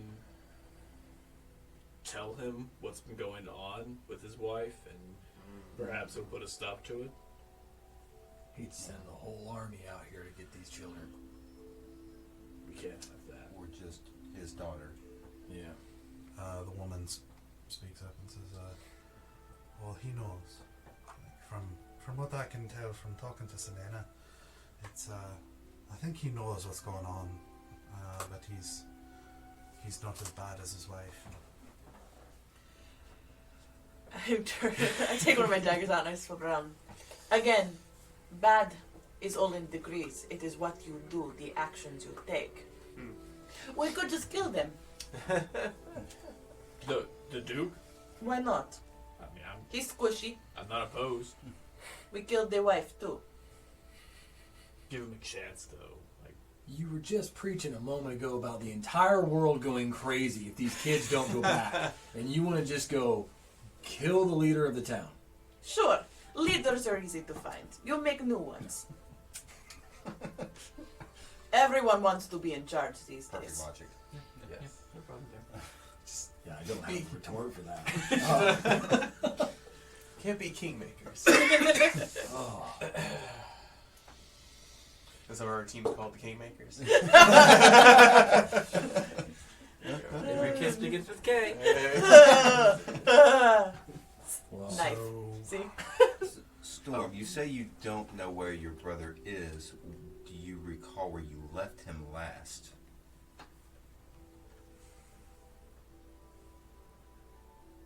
We need a direction. This is true. This is a big world. well, it was, we were swimming in a pool. And then I point to the pool over off to the side and say, bigger or smaller? Bigger? A little bit bigger. A little bit bigger. Oh, maybe a lake. It was, this place is so, I don't know how to tell you where it is, because this place is so confusing, because your sun is always moving. How am I supposed to tell you if it's sunward or duskward, if it's like when the sun's always changing? Do you remember where the sun was when you last saw him?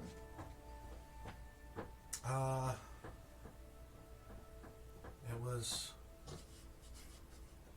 in the sky. Like what do you mean? Was it straight up?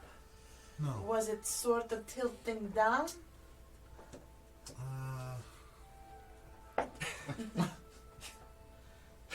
It was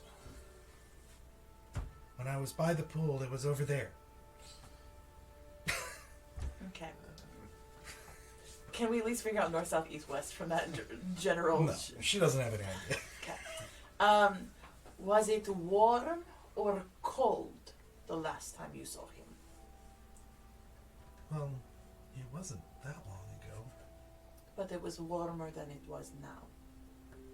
A little bit. So late into the summer, early into the fall. Have you seen him since you've been taking the children, or was it before the children? Before. Okay. And the man says, well, put it at least 6 months. Well, oh, that's since they've been taking Yeah, the children, yeah. So it was spring, the last time she saw. So, what I'm hearing is we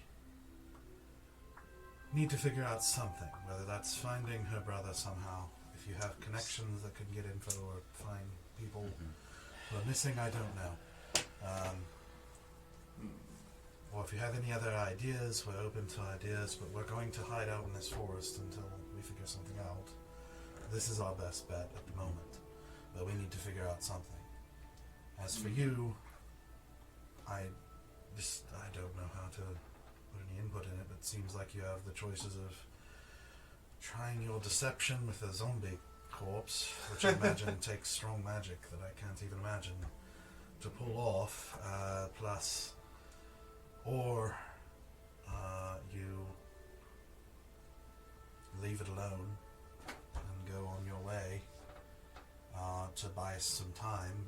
He assumes that you're hunting until you figure out what to do about it. Or you kill him. Or we And take her assuming back. you could survive that, I mean, you seem competent, but, assuming you could survive the entire Duke's, soldiers in the city with that, I have no idea what that would do to the province, or how that would affect anything regarding us. I don't know. Do you mind, it's getting late, do you mind if we at least stay here tonight and talk it over amongst ourselves? He looks at the woman and she nods. And I don't think that would be a problem. So your brother's a fairy, right? Talking to Storm. Yeah. No. Does he look like you? No, silly, he's big. Like you. Like an elf. What's your brother's name? Sithers?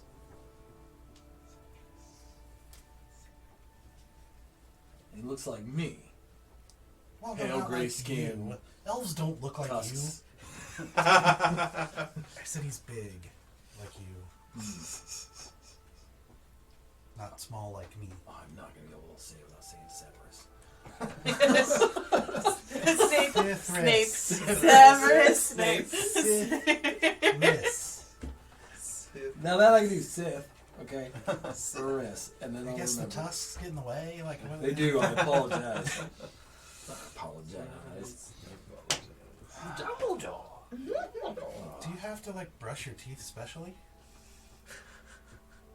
You brush your teeth. Do you get sunburned? That's the smell I was smelling.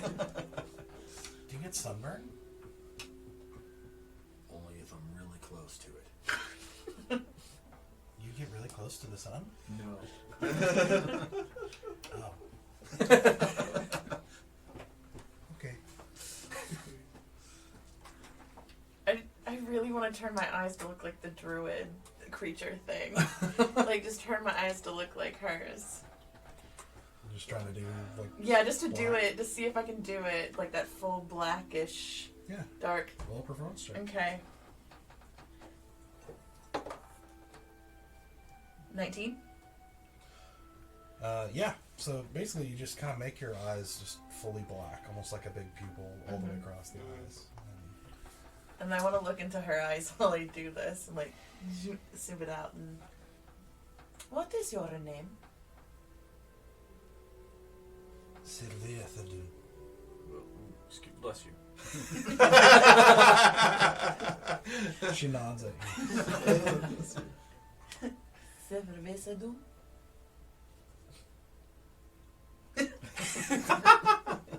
Sylvia Thadun. What do the children call you? Sylvia Thadun. What do the adults call you? Sylvia Thadun. What do the fairies call you? Not smart. Wise. I call you this.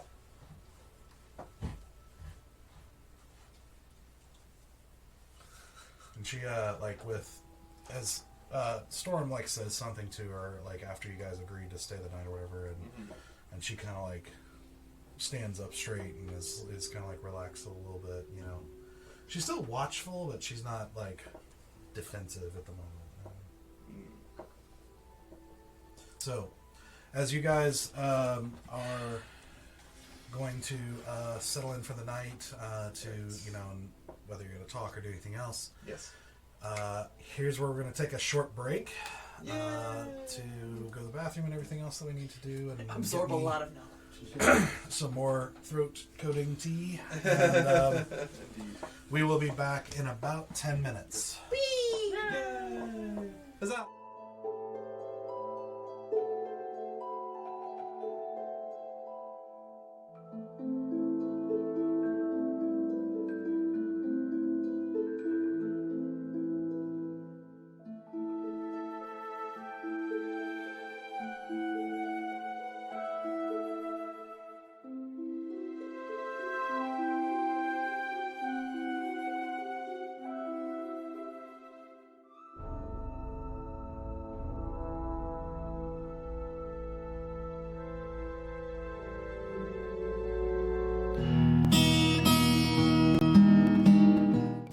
My name is Larry Meek.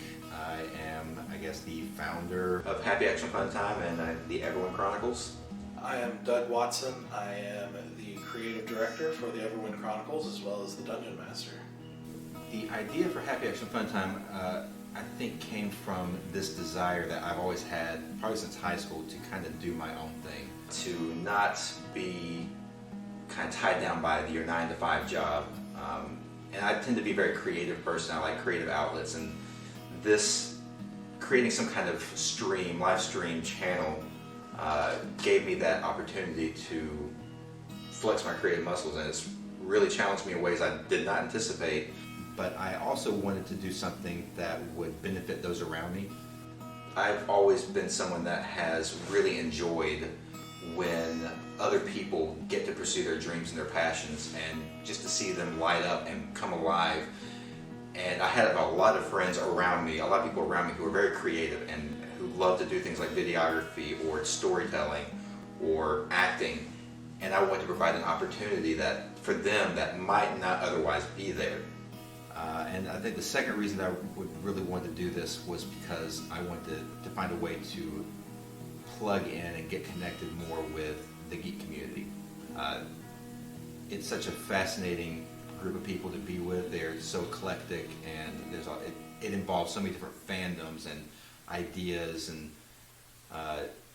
to get to communicate with them and talk with them and build a community with them has been a dream of mine for a while. The reason that we decided to start with the Everwind Chronicles is partially because of our love for D&D. Especially, I'm a huge D&D nerd. To have this outlet to create a story, cooperative story with other players, other people, and get that community aspect as well was something I was very passionate about. And as I began to talk with Doug about his vision for it and kind of where he wanted to go with it, and we were talking about this, building out this universe where other stories could be told, where we could create maybe short stories or comic books or even other shows set within that universe. It really it almost took on a life of its own and became a passion project for the both of us, where we were just so involved and excited and ready to make this happen that it naturally became our primary focus as far as what show we were going to put on there. And so one of the ways we decided to go a little bit differently about this is to approach it as if it was a TV show or a movie rather than a game. And so all of the promo, all of the content that's going to come out around it, everything is about the story. And D&D is just the way we're telling the story. So Everwind was actually born in a different D&D campaign that Larry and Jeb and I were all a part of in the past.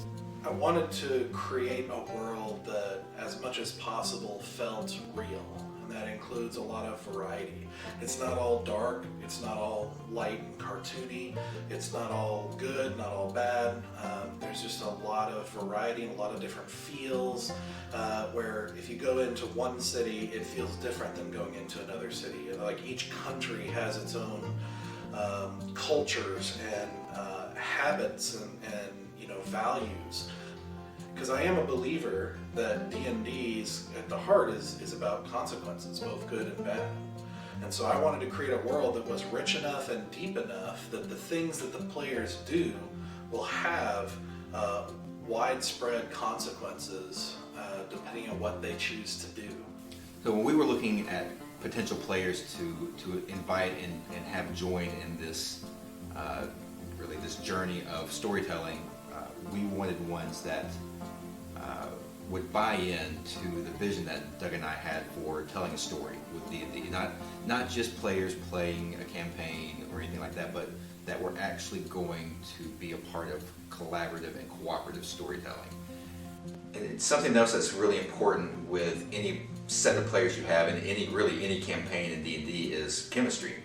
You need to have players that work well together or play well together, that can kind of play off of each other and are willing to kind of step out and try these things and be open to whatever, because it is a game of improv. You have to kind of play off of each other to some degree, and we understood that chemistry was going to be a big part of that. And I think we're excited because we've got these players that have really meshed well together.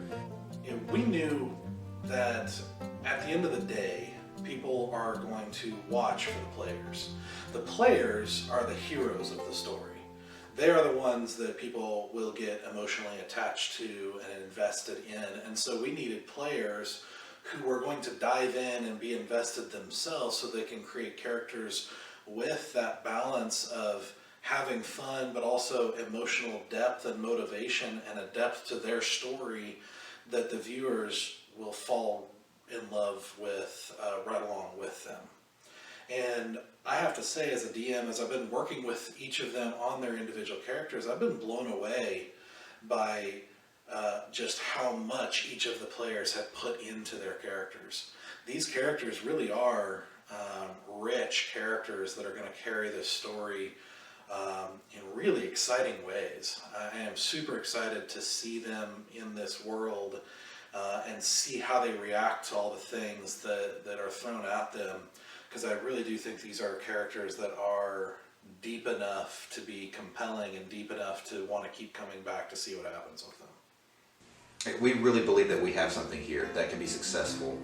We are really excited about everything we've got planned and where this can go. And we are passionate and driven to make it happen.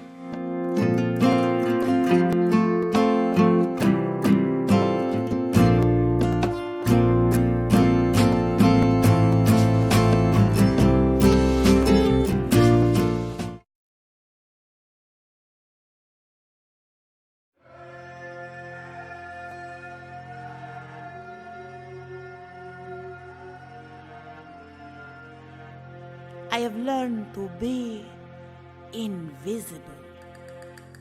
Invisible to those who have something I need or want. Invisible to the guards. Invisible to my enemies. I have even accomplished something no thief before me has.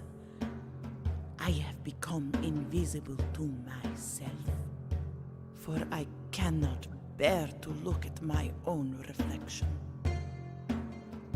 But is this all there is to me?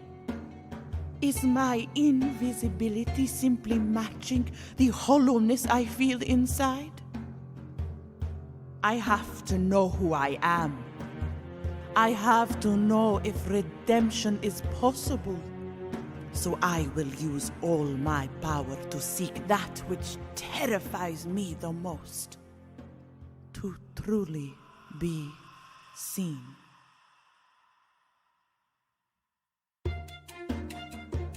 And perhaps along the way, slit a few throats of those who do not deserve to be seen.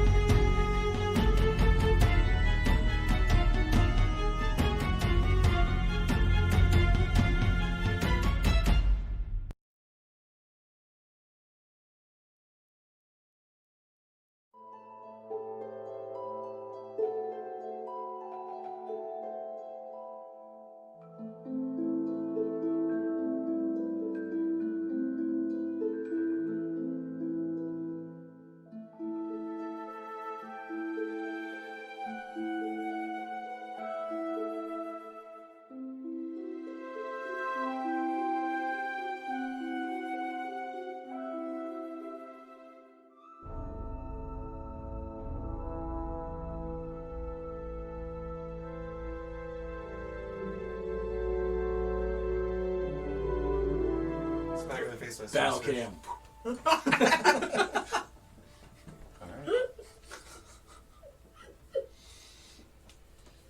Alright.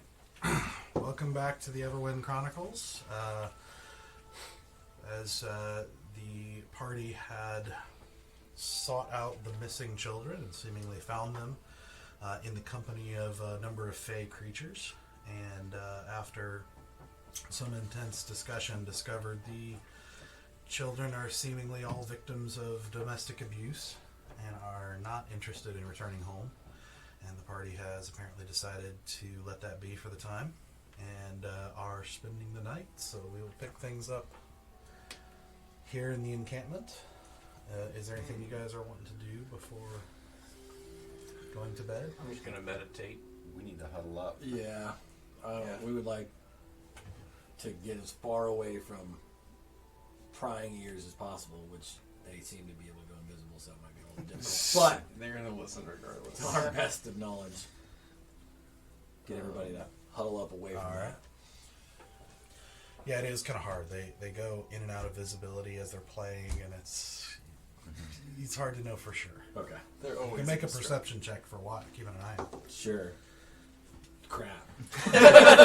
It's just utter crap. That's great. You called the huddle. So what are our options here? We try to find her brother. Who knows where he is? We go back and try to deceive. You know, I don't think they're really brother and sister. Really? What gave you that idea? He's not a fairy. Well, but he seems to be an elf of similar size to us, and I don't think genetics work that way. Perhaps not. The fairy world probably has a very different genealogical structure. That's true. I don't want to assume. Yeah. Because we know what happens when one assumes. Yeah. Yeah, okay. Back to Sorry, I didn't mean to interrupt you. Continue. No, that is okay. So we could try to deceive, as you had mentioned before. What options do we have? We could try to fight, but that does seem like a suicide mission. Not if we lure them back to the hunting lodge and subtly, of course. Yeah, but we've been identified by far more than just them in that town, and that would put a wanted poster over our heads for now until forever. How would they know it is us that lured them to the lodge? Because we'd have to kill every person at the lodge. I'm not okay with that. This doesn't look Do like a we good know idea. if those individuals feel equally the same about the Duke as No. as their daughter does? And how are we going to lure them to the lodge without someone knowing that we're luring him to the lodge? I assume we'd have to tell a guard to go get him. Say that we might have found her. Correct. And that news could spread that the group he just hired wants to meet him at the hunting lodge, and then suddenly he doesn't return from the hunting lodge. I'm just Correct. saying that might But, implicate us a little you bit. know, there was a necromancer around here. Fair enough. And they did say that sometimes people go hunting and do not return. I merely speculate, Ooh. stipulate. Oh, I have an idea. We tell him that, basically tell him that there are children in the woods. He has to come and convince his daughter to go back with him. On the way in the woods, we take care of him. However, he will now know that we found all the children alive and safe inside the woods. But then we kill him. Sure. That's take care of him. We won't be taking care of just him. He will have his guard with him. There's no way he's traveling alone. So someone will know, either that or the guards back at the castle will know where he went and for what reasons. And we cannot let anyone know what we found here. Agreed. I'm not sure if we should even leave what we found here. I mean, it's two very caring and wonderful adults, and with some fairy friends. But this seems like a great place to visit, but not to raise children. So, real quick, going back to Duke Polton and his wife when we went, because was she in the room when we met with him? She was not in the room. Nope. Okay. Was she at the cabin? I don't remember her being there I either. thought we You saw have not her. met her. No, She was we've in never, the background. only people have only talked about her. We've never met her. And he clearly was a human. Like, he was a human. To you. Yeah. Right. At least he looked that way when we met him. Okay. Didn't have the pointy ears. No. Just want to confirm that. How good are you at talking, lying, basically? Man, I didn't mean to ask you. But you seem to be pretty good I at don't it. think you need to ask that question, sir. Sweet baby bear, Yes. what is my name? Asura Vapula. Are you sure? No, I mean, that's what I'm saying. You could be that good. Then that answers your question.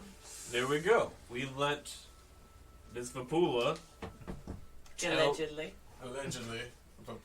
tell him, buy us more time, basically. Get more money, more supplies out of him. I don't think murdering the Duke is the wisest choice. I think trying to find his brother, this Storm Elven brother, is the best option we got. Get him to the Feywild. As crazy and far-fetched as it is, I think it's our best shot. We have no idea where to even begin. And again, regardless if we do actually help them get the children to the Feywild, we still have to return to the Duke with an answer. Mm-hmm. I feel like we are at an impasse because there are no good options, as you like to say. And I will throw this one out there as a potential option. What if we just went back and told the truth? That the kids don't want to come back.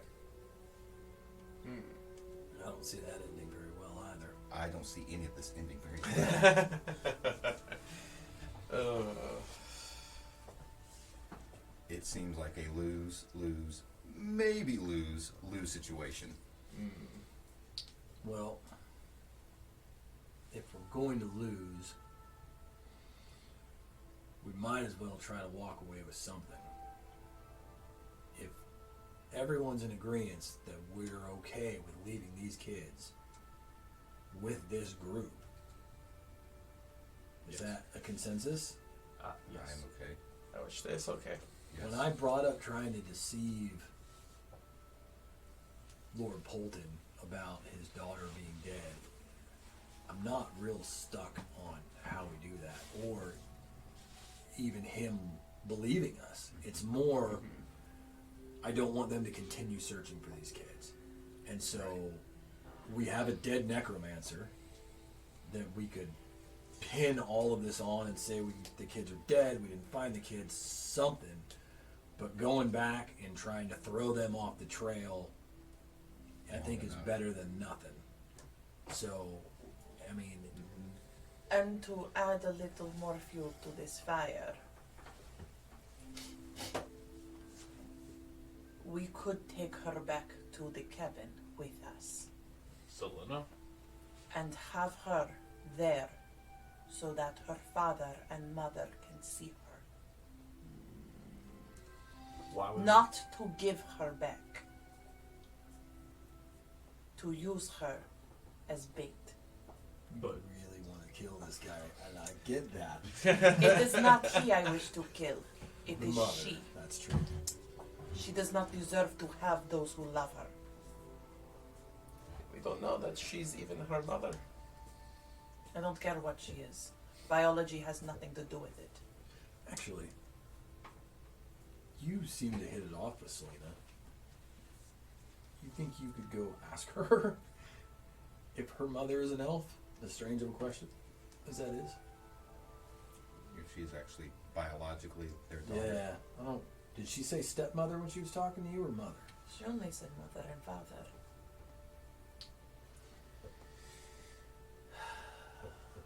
Because she seems to be more than just a mere child. I wasn't there. I can't say too much. But I would say that we could take a lock of her hair. This is such unique hair anyway. We bring it back to the Fraulein and her father and deceive them into thinking that she's dead. It's the best idea I got. I like that. and if we get a chance for you to poison them while we're there, feel free. Just don't slit their throats in the middle of the day, please. Again, I do reiterate that the contract in which we have fallen into, we only get paid if she is returned alive. And I don't know about you, but 1,000 gold coin would do me very well right about now.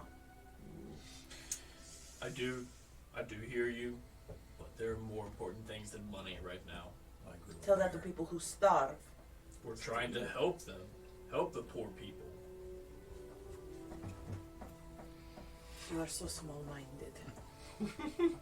You have never suffered or struggled.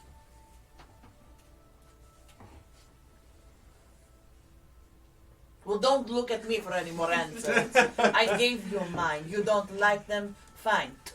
On you. Have we all said our piece? You know where I stand. Yeah. I don't think we should take them. I don't feel completely comfortable leaving them here, but I don't want to take them back either.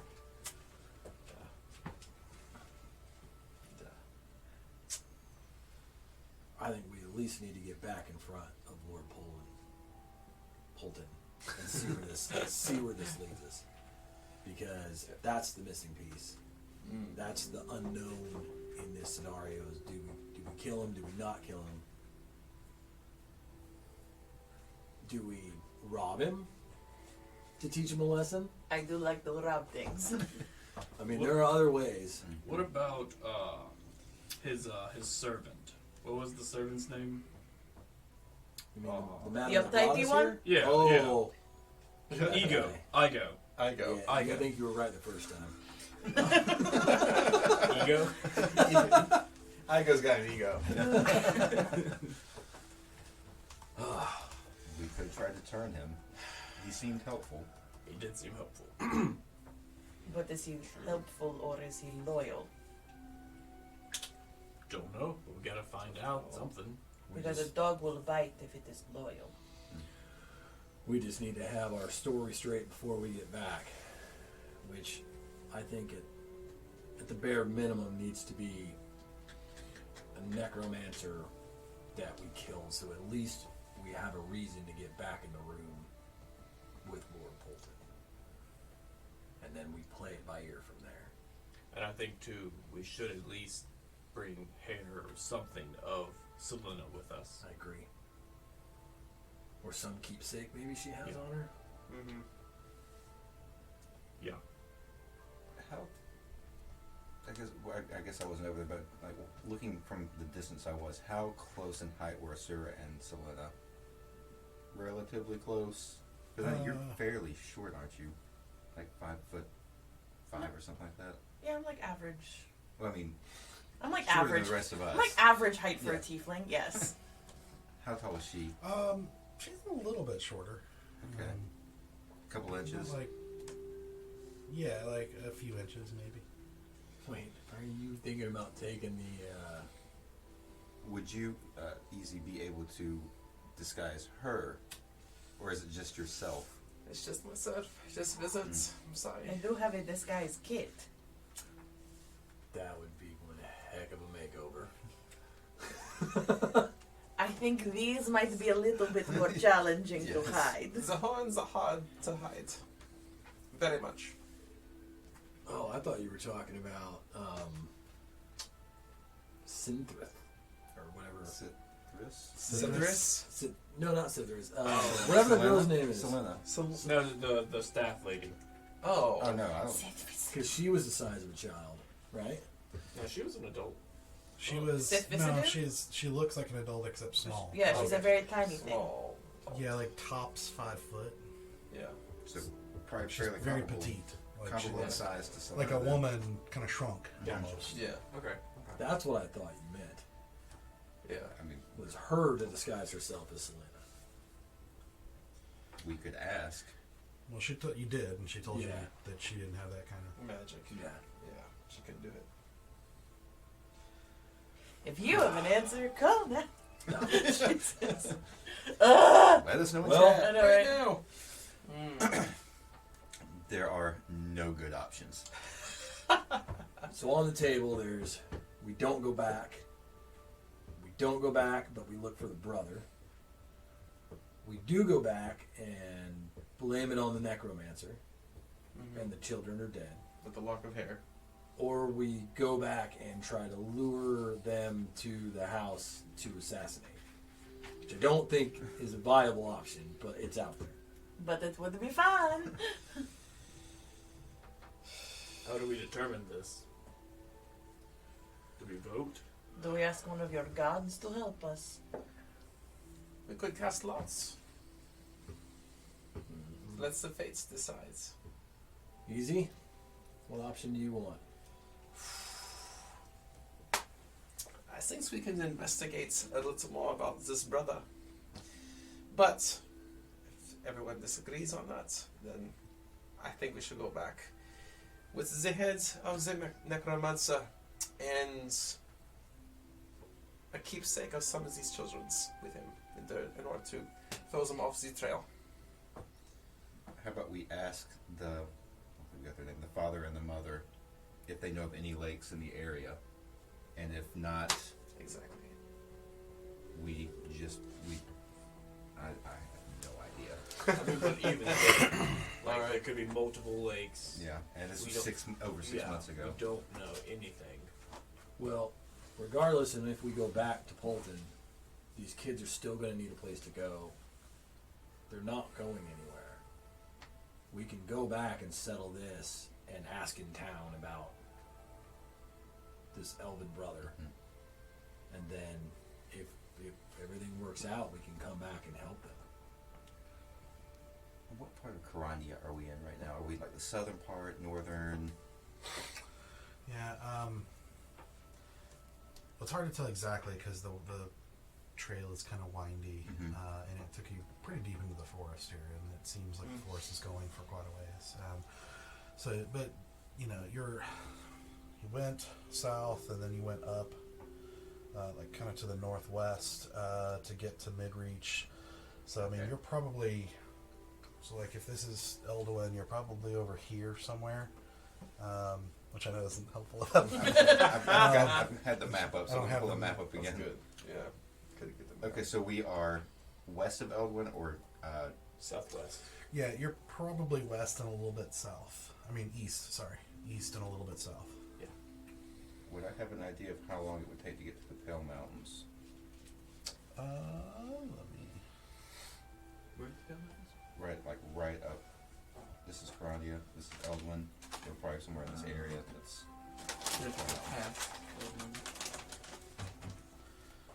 Let's see, from here to the Pale Mountains. You did say I was kind of turned around a little bit, so... Yeah, I'm looking here.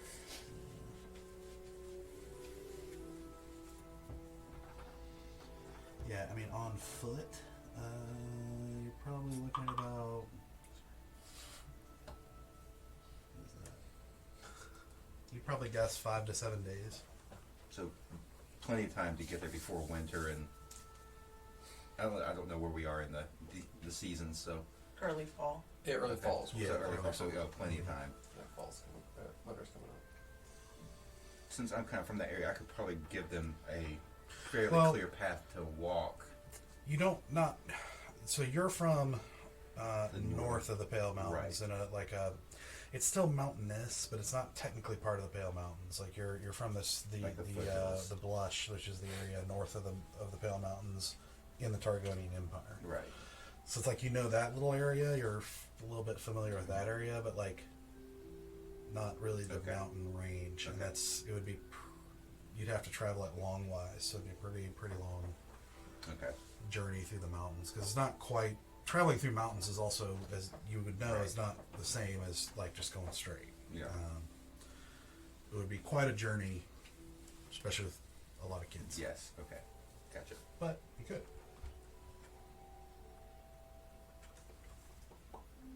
I need a cup of tea. I'm just gonna brew myself a cup of tea.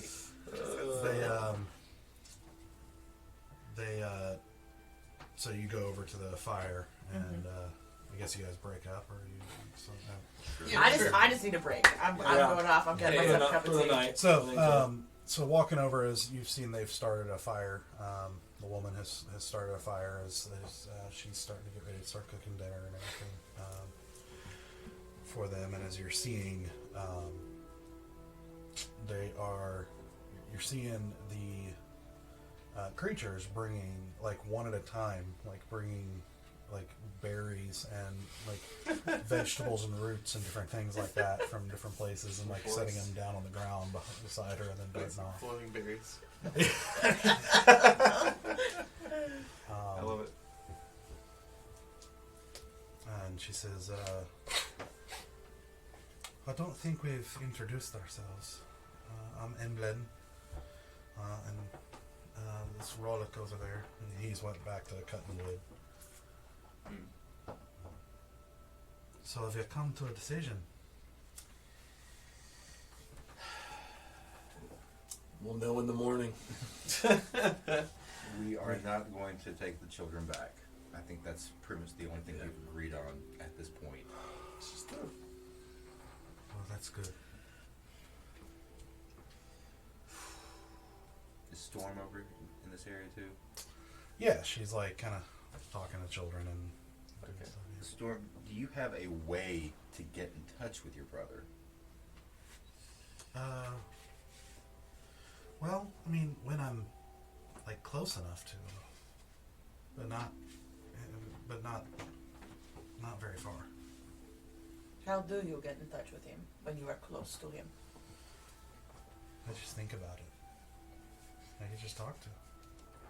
Have you tried that recently? She thinks for a second. It's like nothing. Nothing? Okay. Now, Storm, is this pool that you were swimming in, was it magical? What is swimming? These sweaty balls. Sorry. I took those back. It's a secret sweaty family recipe. Yes. Oh my gosh. Sorry. Jeez Louise. Off the rails, off the rails. So whenever you were swimming, was this pond magical? I don't think so. It's just water. Was it deep? It was deep to me. Was it deep to your brother? Was it deep? I didn't ask. Wealth of knowledge. I love this lady so much, man. Who you're talking to? Yep. Dang Faye. Dang. Foiling our plans. That's all I. And Easy walks off in frustration. That's his problem. I want to take my He cup. really cares about the depth of the pool. Can I take my cup of tea and go find where Selena is with the other children? Yeah, sure.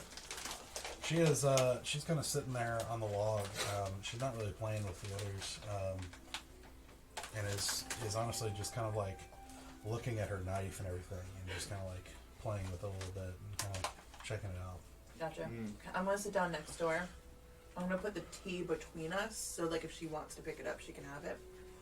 and then I'm going to take out one of them other knives, and I'm just going to start doing like a basic like spinning pattern with it, and not talking to her or anything, just doing it and see if she'll mimic me. Okay. Yeah, she kind of watches for a second, and she doesn't say anything to you either, but she does kind of watch and is like watching intently for the moment.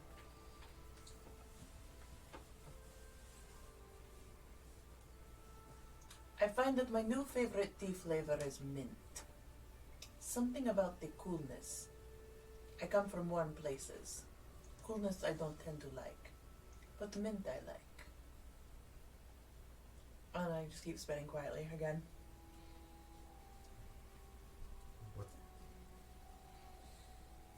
What's mint? It is a type of herb that I have found. A tea man told me about it. It is a very unusual herb. I've never found it anywhere else. I do not know its origins. I'm not allowed to have herbs. Are they dangerous? No. I was told I don't, like, that people like me don't deserve them. People They're for- like you? They're for good people. And you are bad people. I don't know. I don't neither. I am also a bad person. Maybe.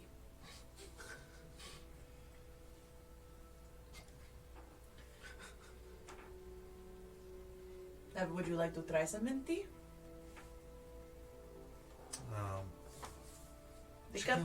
The cup is there if you want it. She kind of looks at it, and it's like, do an insight check. Okay. This little girl's breaking my heart. Like, I'm gonna want to kill Polton here. This.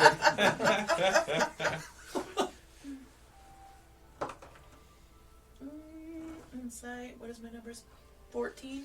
I'm getting a lot of 14s tonight. So what you can tell is that, like, it's like a moment of, there's no reason not to. You can tell she's like curious, but she's also apparently lived a life of like being told that this is not for her and she can't have these kinds of things and that sort of thing. And it's like a moment of like, even if she wants to, it's really hard to overcome a lifetime of boundaries. Yeah. If that makes sense. I just pick up the tea and I just take a small sip out of it and I put it back down again. And I go, I was told I could not have a lot of things either, but I did it anyway. And then I just go back to spinning my neck again. Like what? That I could not have happiness, friends, loved ones. That I was evil and bad and I did not deserve the goods. Worse yet, I started to perpetuate those things. I did not let others have the good either. And I was wrong for that.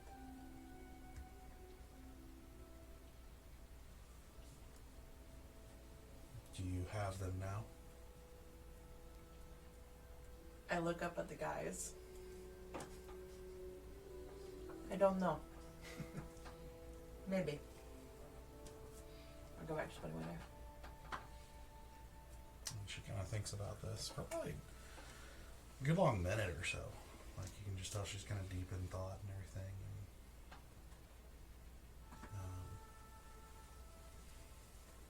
she's like, I've never been allowed to just do it anyway.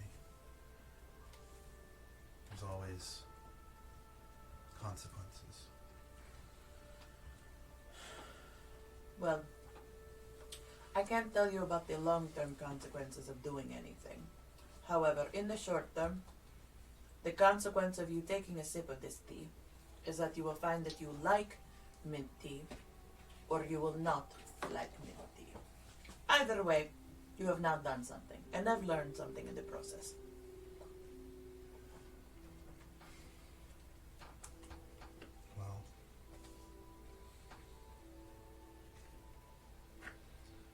She kind of like tentatively picks it up and is like staring at it. She's like, I guess.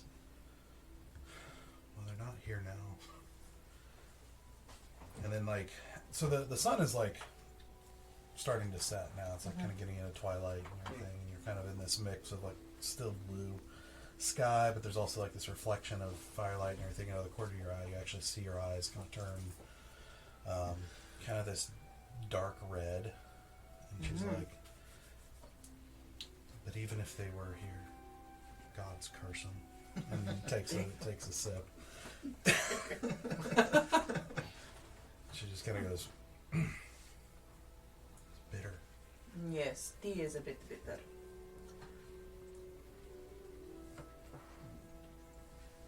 But it is good bitter or not so good bitter.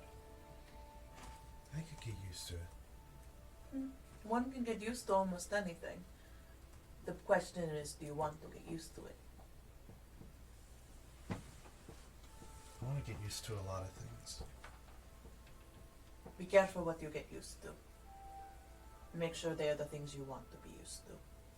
Otherwise, they become bad things that you are accustomed to. And I do a little bit more flippy flips. Does your mother look like you? You don't look like your father. No, No, you are unique to your look. I guess. I am pretty unique to my look too. I like the way your eyes change colors. Did you know they change colors? Mine can Yeah. too. I do like a quick like flash of like red on one eye, like do that black thing on the other eye that I learned from her. I try to do the blue thing again, but it doesn't work, and then I go back to gold. Do people hate that part of you too? Yes. It is my demonic curse, apparently. That and these things. Is that what I am? I do not know. Demon? Maybe. Maybe not. You don't look like me. That's true. But you don't look like anyone else I have ever seen before. So who knows? Do you want to be a demon? Sometimes. Well then, if you want to be a demon, you can be a demon. If you don't want to be a demon, you can be something else. I don't think I do though. I don't Not either. most of the time. It's a little harder for me to pretend I am not one. Well, I've never met one, but you don't seem like a demon to me. I flash my eyes bright red and I go.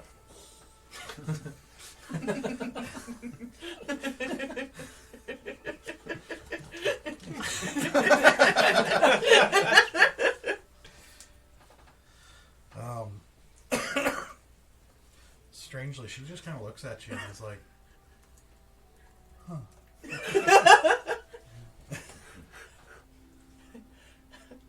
Asura really likes the fact that someone didn't run when she did that.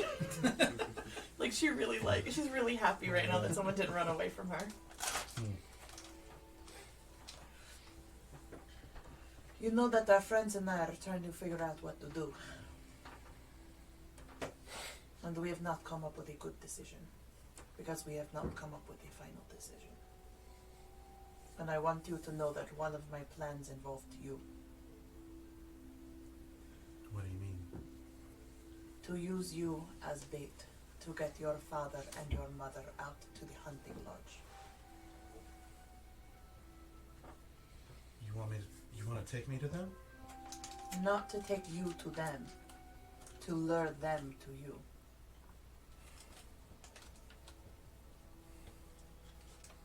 But the boys do not like this decision. And I doubt its validity as well. However, I wanted you to know this. Good.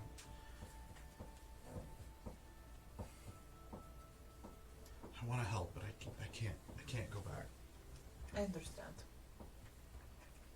If they ever found you, what would you do? Run. If someone was willing to hurt them for you, would you let them? To kill them?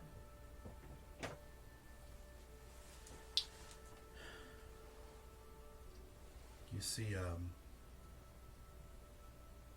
her eyes darken to black, and she's like, "No,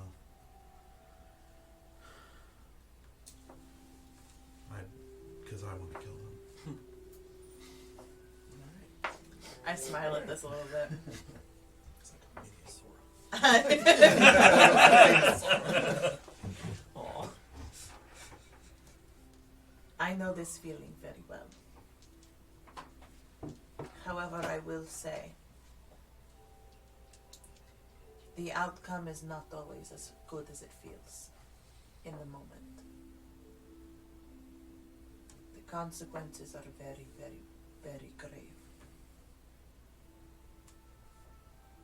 To kill someone is to change oneself. You can never undo the thing you have done. And I don't tell you this to tell you not to ever kill someone. I would be hypocritical if I did. But no one ever told me how it would be if I did. And I at least want you to know it will change you forever. And that feeling of being a demon will be a lot harder to hide from.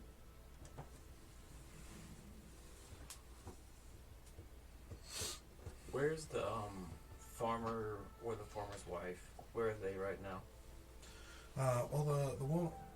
So Emlyn, the woman, was cooking dinner. Like she had a kind of kettle, like a big kettle over the fire, and was like basically making this soup, like the best she could do with water and the stuff that they were bringing. And The berry and Roots and lentil berries. soup. Delicious. Peaches Yeah. and cream, peaches and cream. I don't know that little peaches and cream. he was still chopping wood, and was just now finishing. I'm gonna approach the farmer as he's finishing chopping. Okay. What was your name? I'm sorry, I never actually caught it. Rolik. Rolik. It is a pleasure to meet you, Rolik. I was just curious, if you knew anything more about Selena and who she was. No, I mean, in truth, we all knew that Polton had a daughter, but not many had seen her. He was, I don't know, he was very, he didn't seem to,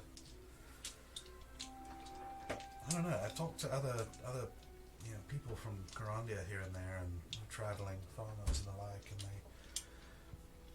apparently it's a little abnormal. Like a lot of the nobles like to flaunt their children,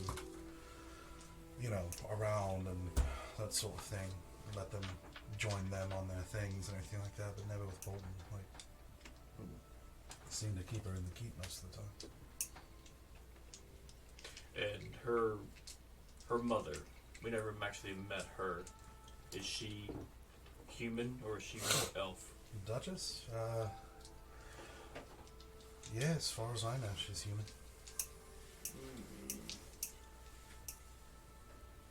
Beats me.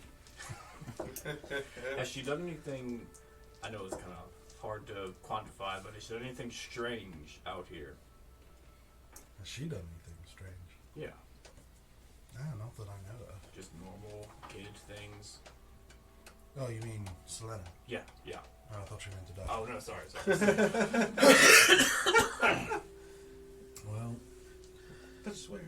she's obviously not quite like the others. I mean, with the eye changes and whatnot. And there does seem to be something about her that's not quite like us, if that makes sense. But it's hard to put my finger on it.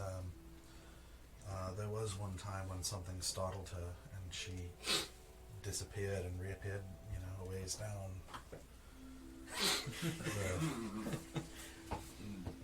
Did you see it happen? Like, did you see her literally go invisible?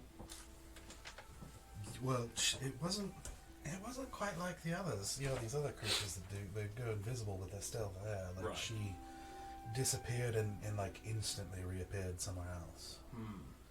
That is Like 60 or so. I don't know how. Some ways in further into the woods.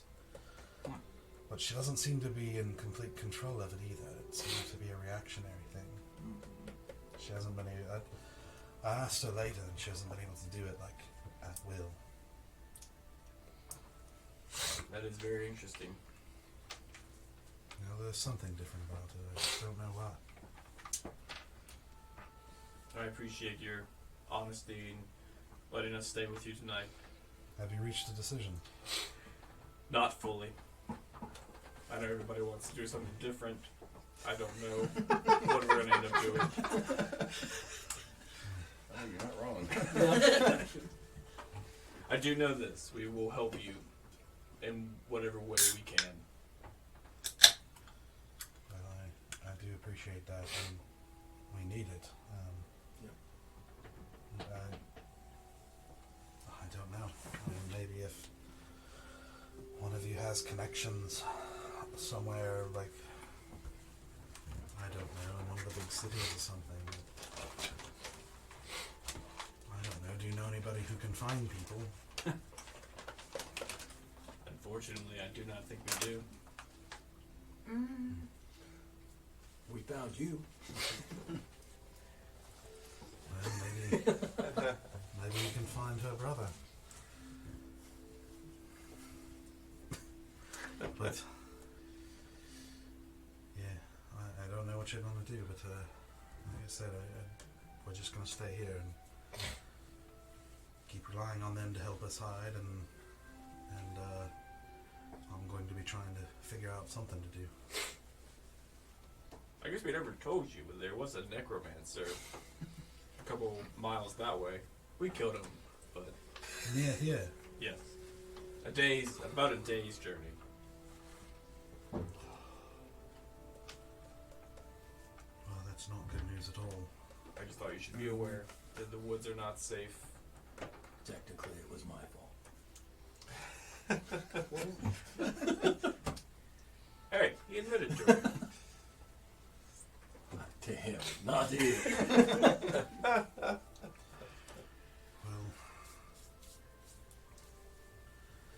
Well, that's not good news at all. We might have to move again. Well, don't be too scared because he wasn't after you. He was after us How do you know? because we ran into him before and kind of captured him and destroyed all of his men. And then he escaped, and so he was coming for revenge on us. You're the most honest bunch of murder hobos. I just Well, I just really, we want to help you guys, and if you guys keep moving around, it's going to be harder for us to do that. And so I don't want you to feel like you're unsafe here.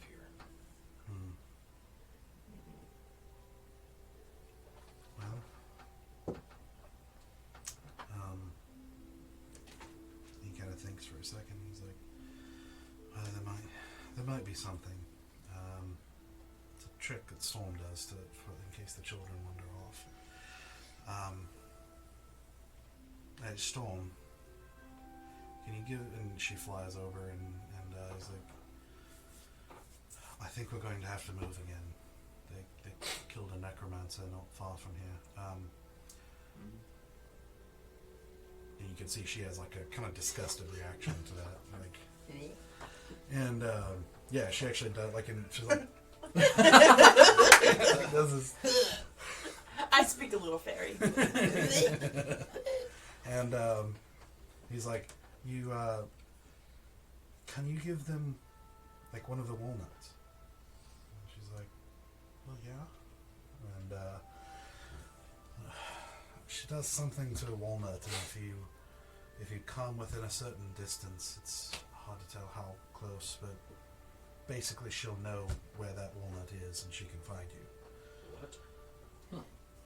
What? We give one to each of the kids in case something were to happen or they get lost within a certain distance. Storm will be able to find them again. Alright. So if you travel back to the area, we might not be here, but it might be close enough for you to be able to, for her to be able to find you. Yeah. Yeah, I mean, that sounds great. Yeah. I'd love a walnut. Yeah. She says, "Okay, I'll need some time," and she flies off into the woods.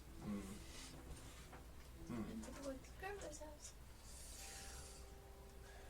Right. So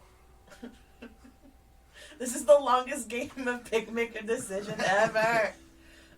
We are D&Ding right now. We Yeah. hardcore. Hard, yeah. all right. So what have you? A fun glittery world of D&D. What are your options? What are you thinking? 1. We just wander our way back and we never come back and we just pretend this never happened and we become our own peoples. Which might be the best decision of all of this. You know what? I'm not against it. 2. We find elf brother boy and we get you all to the magic land and have a good day. 3.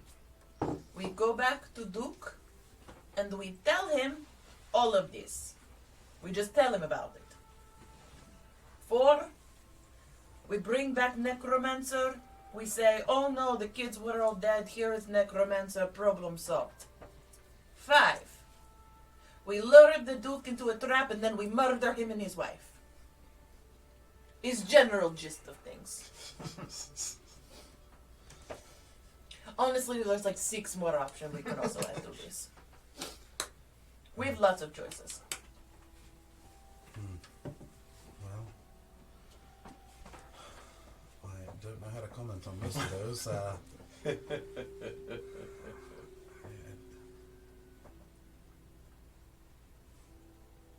Yeah, I don't know. I mean, that's. I mean, I hope you would not help us and walk away and forget everything. It's the most advantageous to us. I suppose I can't argue with that.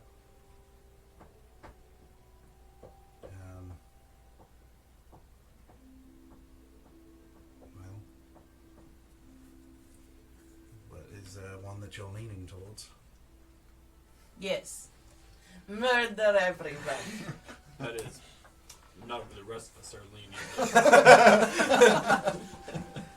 I mean, it's no small thing to kill a duke. He is small. It is easy. I think a good night's rest will help us all. It's not a good decision. It's also almost 10 o'clock. Yep. Do you think you'd be able to find someone who could track down her brother? I have. How about Storm? Yeah, I don't Storm think is she's- fundamentally useless, but she's giving us a piece of nut. That's a great nut, though. She gave us Just the one. Pretty great. It's pretty great. get that nut. Seems pretty handy to me. Do you believe Arada would have any connections, or maybe something himself? I have I traveled. actually know Arada. You do? Yeah, he's a good bloke. He was passing through the nearby village where we were, as he was on his way to Elderwood, I believe.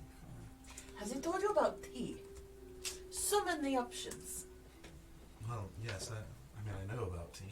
No, I understand. Well, the general, but the specifics of tea and the ways you can work with the herbs and the brewing and the other things, and I go off on a quick tangent about tea. Anyway, so you know Arada. Yeah, he's seems like a good bloke. Did he help you at all with the children, or does he know about the children? Was this Oh, no, before? no. We haven't told anyone. Okay. No one. But he's a good fellow. He's DM, I don't want surprisingly to. resourceful. DM, I don't want to say anything that isn't true, but also I'm like based on like. Asura's been to many towns. Mm-hmm. She's been many places. She's met many people. Mm-hmm. She's killed a few people too. DM, would Asura have any knowledge of any individuals or like places we could go to look for trackers? Yeah, roll an, what would this be? Just do an intelligence check. Y'all. You got it. Ah, no, I don't. Is it a I 1? rolled a 2. Yeah, Plus 2. 4 is 6. Oh, man. You probably killed one somewhere. I probably killed one. You killed a Y'all- lot of people. Thank you and good night. I You might- really. Might be able to find someone in Elden. I don't think we're going to be able to make a final decision until we have more information. I know some of you don't feel strongly as I do, but I really think we need to take the head of that necromancer and get in that room with Pilar. Yes. Or whatever his name I is. thought Polton. Thank you, Polton. Mess my peas up all the time. I don't want to mess with your god in this. Yeah, I won't mess with him. But and ask more questions, and maybe we can find more information about this elf in town. But out here, we're not going to get any more answers. I agree. And as far as I know, this is the only plan that has multiple people behind it. Duh. So let's go find a necromancer in the morning and see if we can get you within range to. If you're feeling a little killy. A little killy. I always feel a little killy. That is my secret. So you're going to tell the Duke that The children are dead, and that they were taken by a necromancer. It should. He may not believe it, but it should at least buy you guys more time. yeah, And hopefully we if he can does, find. he'll send more people. I mean, if he doesn't believe it. If he does, then yes. I mean, Well, you said you're moving anyway. Yes, we're going to have to relocate, yes. So even if we do tell him where you are, technically we don't know where that is.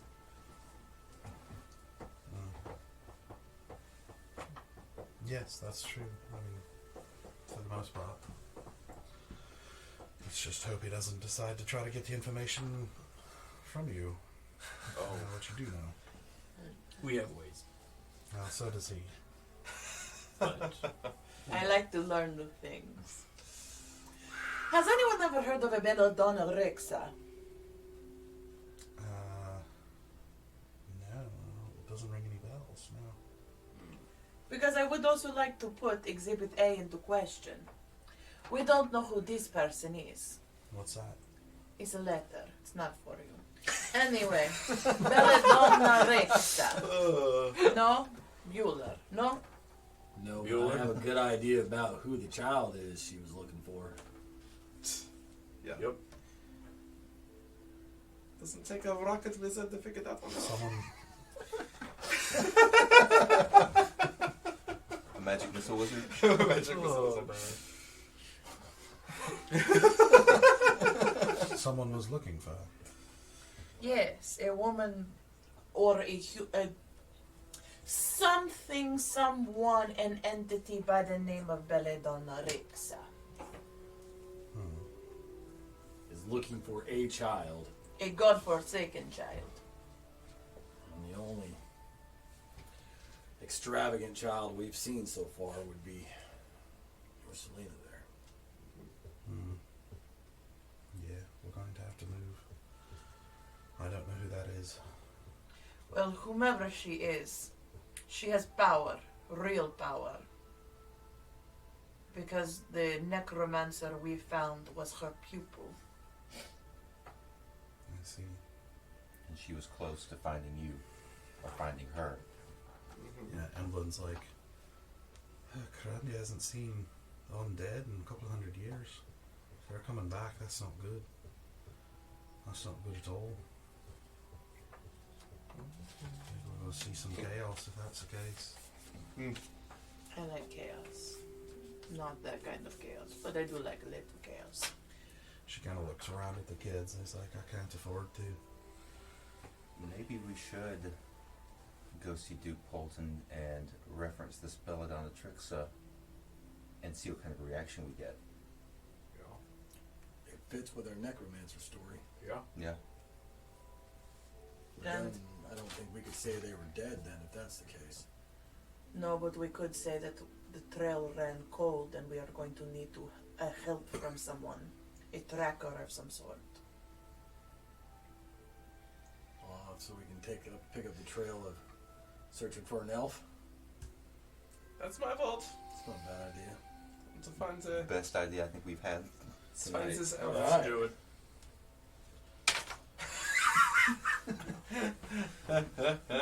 only took us however long. At Hour that, and a half, you know. nothing good to- night. Yeah. I'm going. So you're Like- going to sleep, and then you're heading to the necromancer's Yeah. body. Yeah. Yeah, to retrieve a head. Yep. Taking a long rest. Taking a long rest. Yeah, so go ahead and take a long rest. Oh, Get it? spots. Get your hit point spells and everything else back. Much better. Yeah. No kidding. All right, so you wake up, or is there anything you're doing or saying before you leave? Probably just letting them know. Oh, did we get the walnuts? From Yeah, she did come back probably about 20 minutes later with a walnut and gives it to you, which you definitely feel like there's a magical essence to it of some sort. Yes, and you probably have that. Yeah. Okay. I'll keep it. Feels like my staff. Yeah, I think we would just let them know that we're heading out, and Magic walnut. I'm guessing you won't be here when we return. Well, no, I think we'll leave pretty quickly. Yeah, That's today. best. I think. Yes. Not sure where we'll go. We've been relying on them to help us find good places to camp out. So, and not the planning sort. So, You said there's a really like pretty tree, like gnarled wood. Would you be able to leave some kind of message tucked away in this tree as to where, like, give us a general direction? well, what I meant was that they don't precisely even know where they're going. They just sort of go and seem to end up in the right place. Or Do you want them to crowatone this? Essentially, yeah. so, unfortunately, I don't think any of us know Mm-hmm. where we're going to end up. They just help us find a good place when they come These on. guys are useless. Oh, I'm sure. They've been quite useful to us. As long Quite as a you lifesaver to They're us. frustrating. That's the I difference. think I can understand that. we will figure it out Yes. somehow. As long as some you way. guys stay somewhere in these woods, we'll find you. Now that's what the walnut is for. Exactly. All right. Well, good luck. And thank you for I'm letting us. make my way back over to Selena real fast before we go. And I'm gonna just take out my knife and just gonna be like, wherever you hide this on your person, make sure you can get access to it very quickly. And I show her where I tuck one of them, and I show her how to pull it out very quickly, and like have it in like in a grip that is like powerful and ready to go. And I do it like 3 more times so she can just see the mechanism of how I like. Yeah, she takes it and does it herself and everything, and just does it once. And Keep it She kinda secret. nods at Keep you. it safe. I mean, I don't think this is. Sorry. yeah, Yeah. she nods. And then I just Bad, but it's not really- nod and I walk away. Okay, And we're off to the. you're off. We're doing something, y'all. Yay! I was so glad that you gave her the knife. Yeah. Because I have located object. That's awesome. As soon as you were like giving her the knife, I was like, yes. Because I was like, we're gonna have to plant something or something so that Yeah. we could find our way. Nice. Also good. Nice. Happy Alright. to help. So you guys travel. You leave, set off in the morning, traveling again back down that trail, making your way slowly,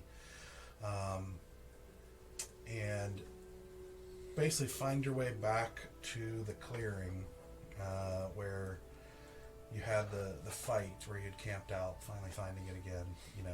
Again back around 4 o'clock or so now. Okay. All the way back, and you come upon the scene and everything, and there's all of the decaying dead bodies all over this former campsite. And so you go over into the bushes where the necromancer's body is, and it's not there. Of course it isn't. Of course, Of course it isn't. Cool. Should double tap. Yep. No! We got his. We have his. We are necklace, though. great guys. Like, we know how to D&D really That's well. right. Dude, Just like- like the best D&D players ever. As soon as he's like, you go to the bushes, he's not there. Like every word in that letter just popped back into my head, going, "Of course she's going to reanimate him. She said she was going to reanimate him. We knew she was going to I reanimate him, did not and see there that he coming. lies." There's a Oh, whole yeah, she section says about it. how she'll bring him back. Yeah. So with I read it in an accent though, so. with the plan farts. finally decided upon and then immediately foiled, that's where we'll leave off tonight. Yeah. Totally tracks. Totally tracks. We still have the letter And the necklace. Oh, and the man. necklace. Yeah. And if we had a lock of hair, it would also help. A little bit. Now I feel bad. It's like I knew that was going to happen as Yeah. soon as you guys, like, before we even started the session, but it was like, if you guys didn't do anything further. It's almost like you know what happens, and I wonder why that is. That's a rough one, Doug. Yeah. Like child abuse, How so are we gonna- much Yeah. stuff, man. So much We stuff. can't attack him anymore. Like as soon as they told us what was going on. Yeah, Yeah. it's not what you thought it was. Not in the least bit. So murder. Yeah. There is so- a lie that we can tell. Where does it say? Just not Yeah, well. we can Well, talk. you've about got it. a couple weeks to think about it Yes. out of character here. Yep. I want to thank everybody for watching. Thank you for joining us again on this third chapter here. If you guys join our Discord, which the link should be on the mixer Gotcha. here and on the YouTube post, Not get if you're watching it on YouTube. I will try to post a picture of the letter on the Discord channel as well, as you can also see maps, and I'm going to be posting different things as we go in one of the Discord channels. So you'll see that on there. But thank you very much for joining us, and we will see you again in 2 weeks. Thanks, guys. Have a good night. You know what? Thank you. Good morning. Stay fresh.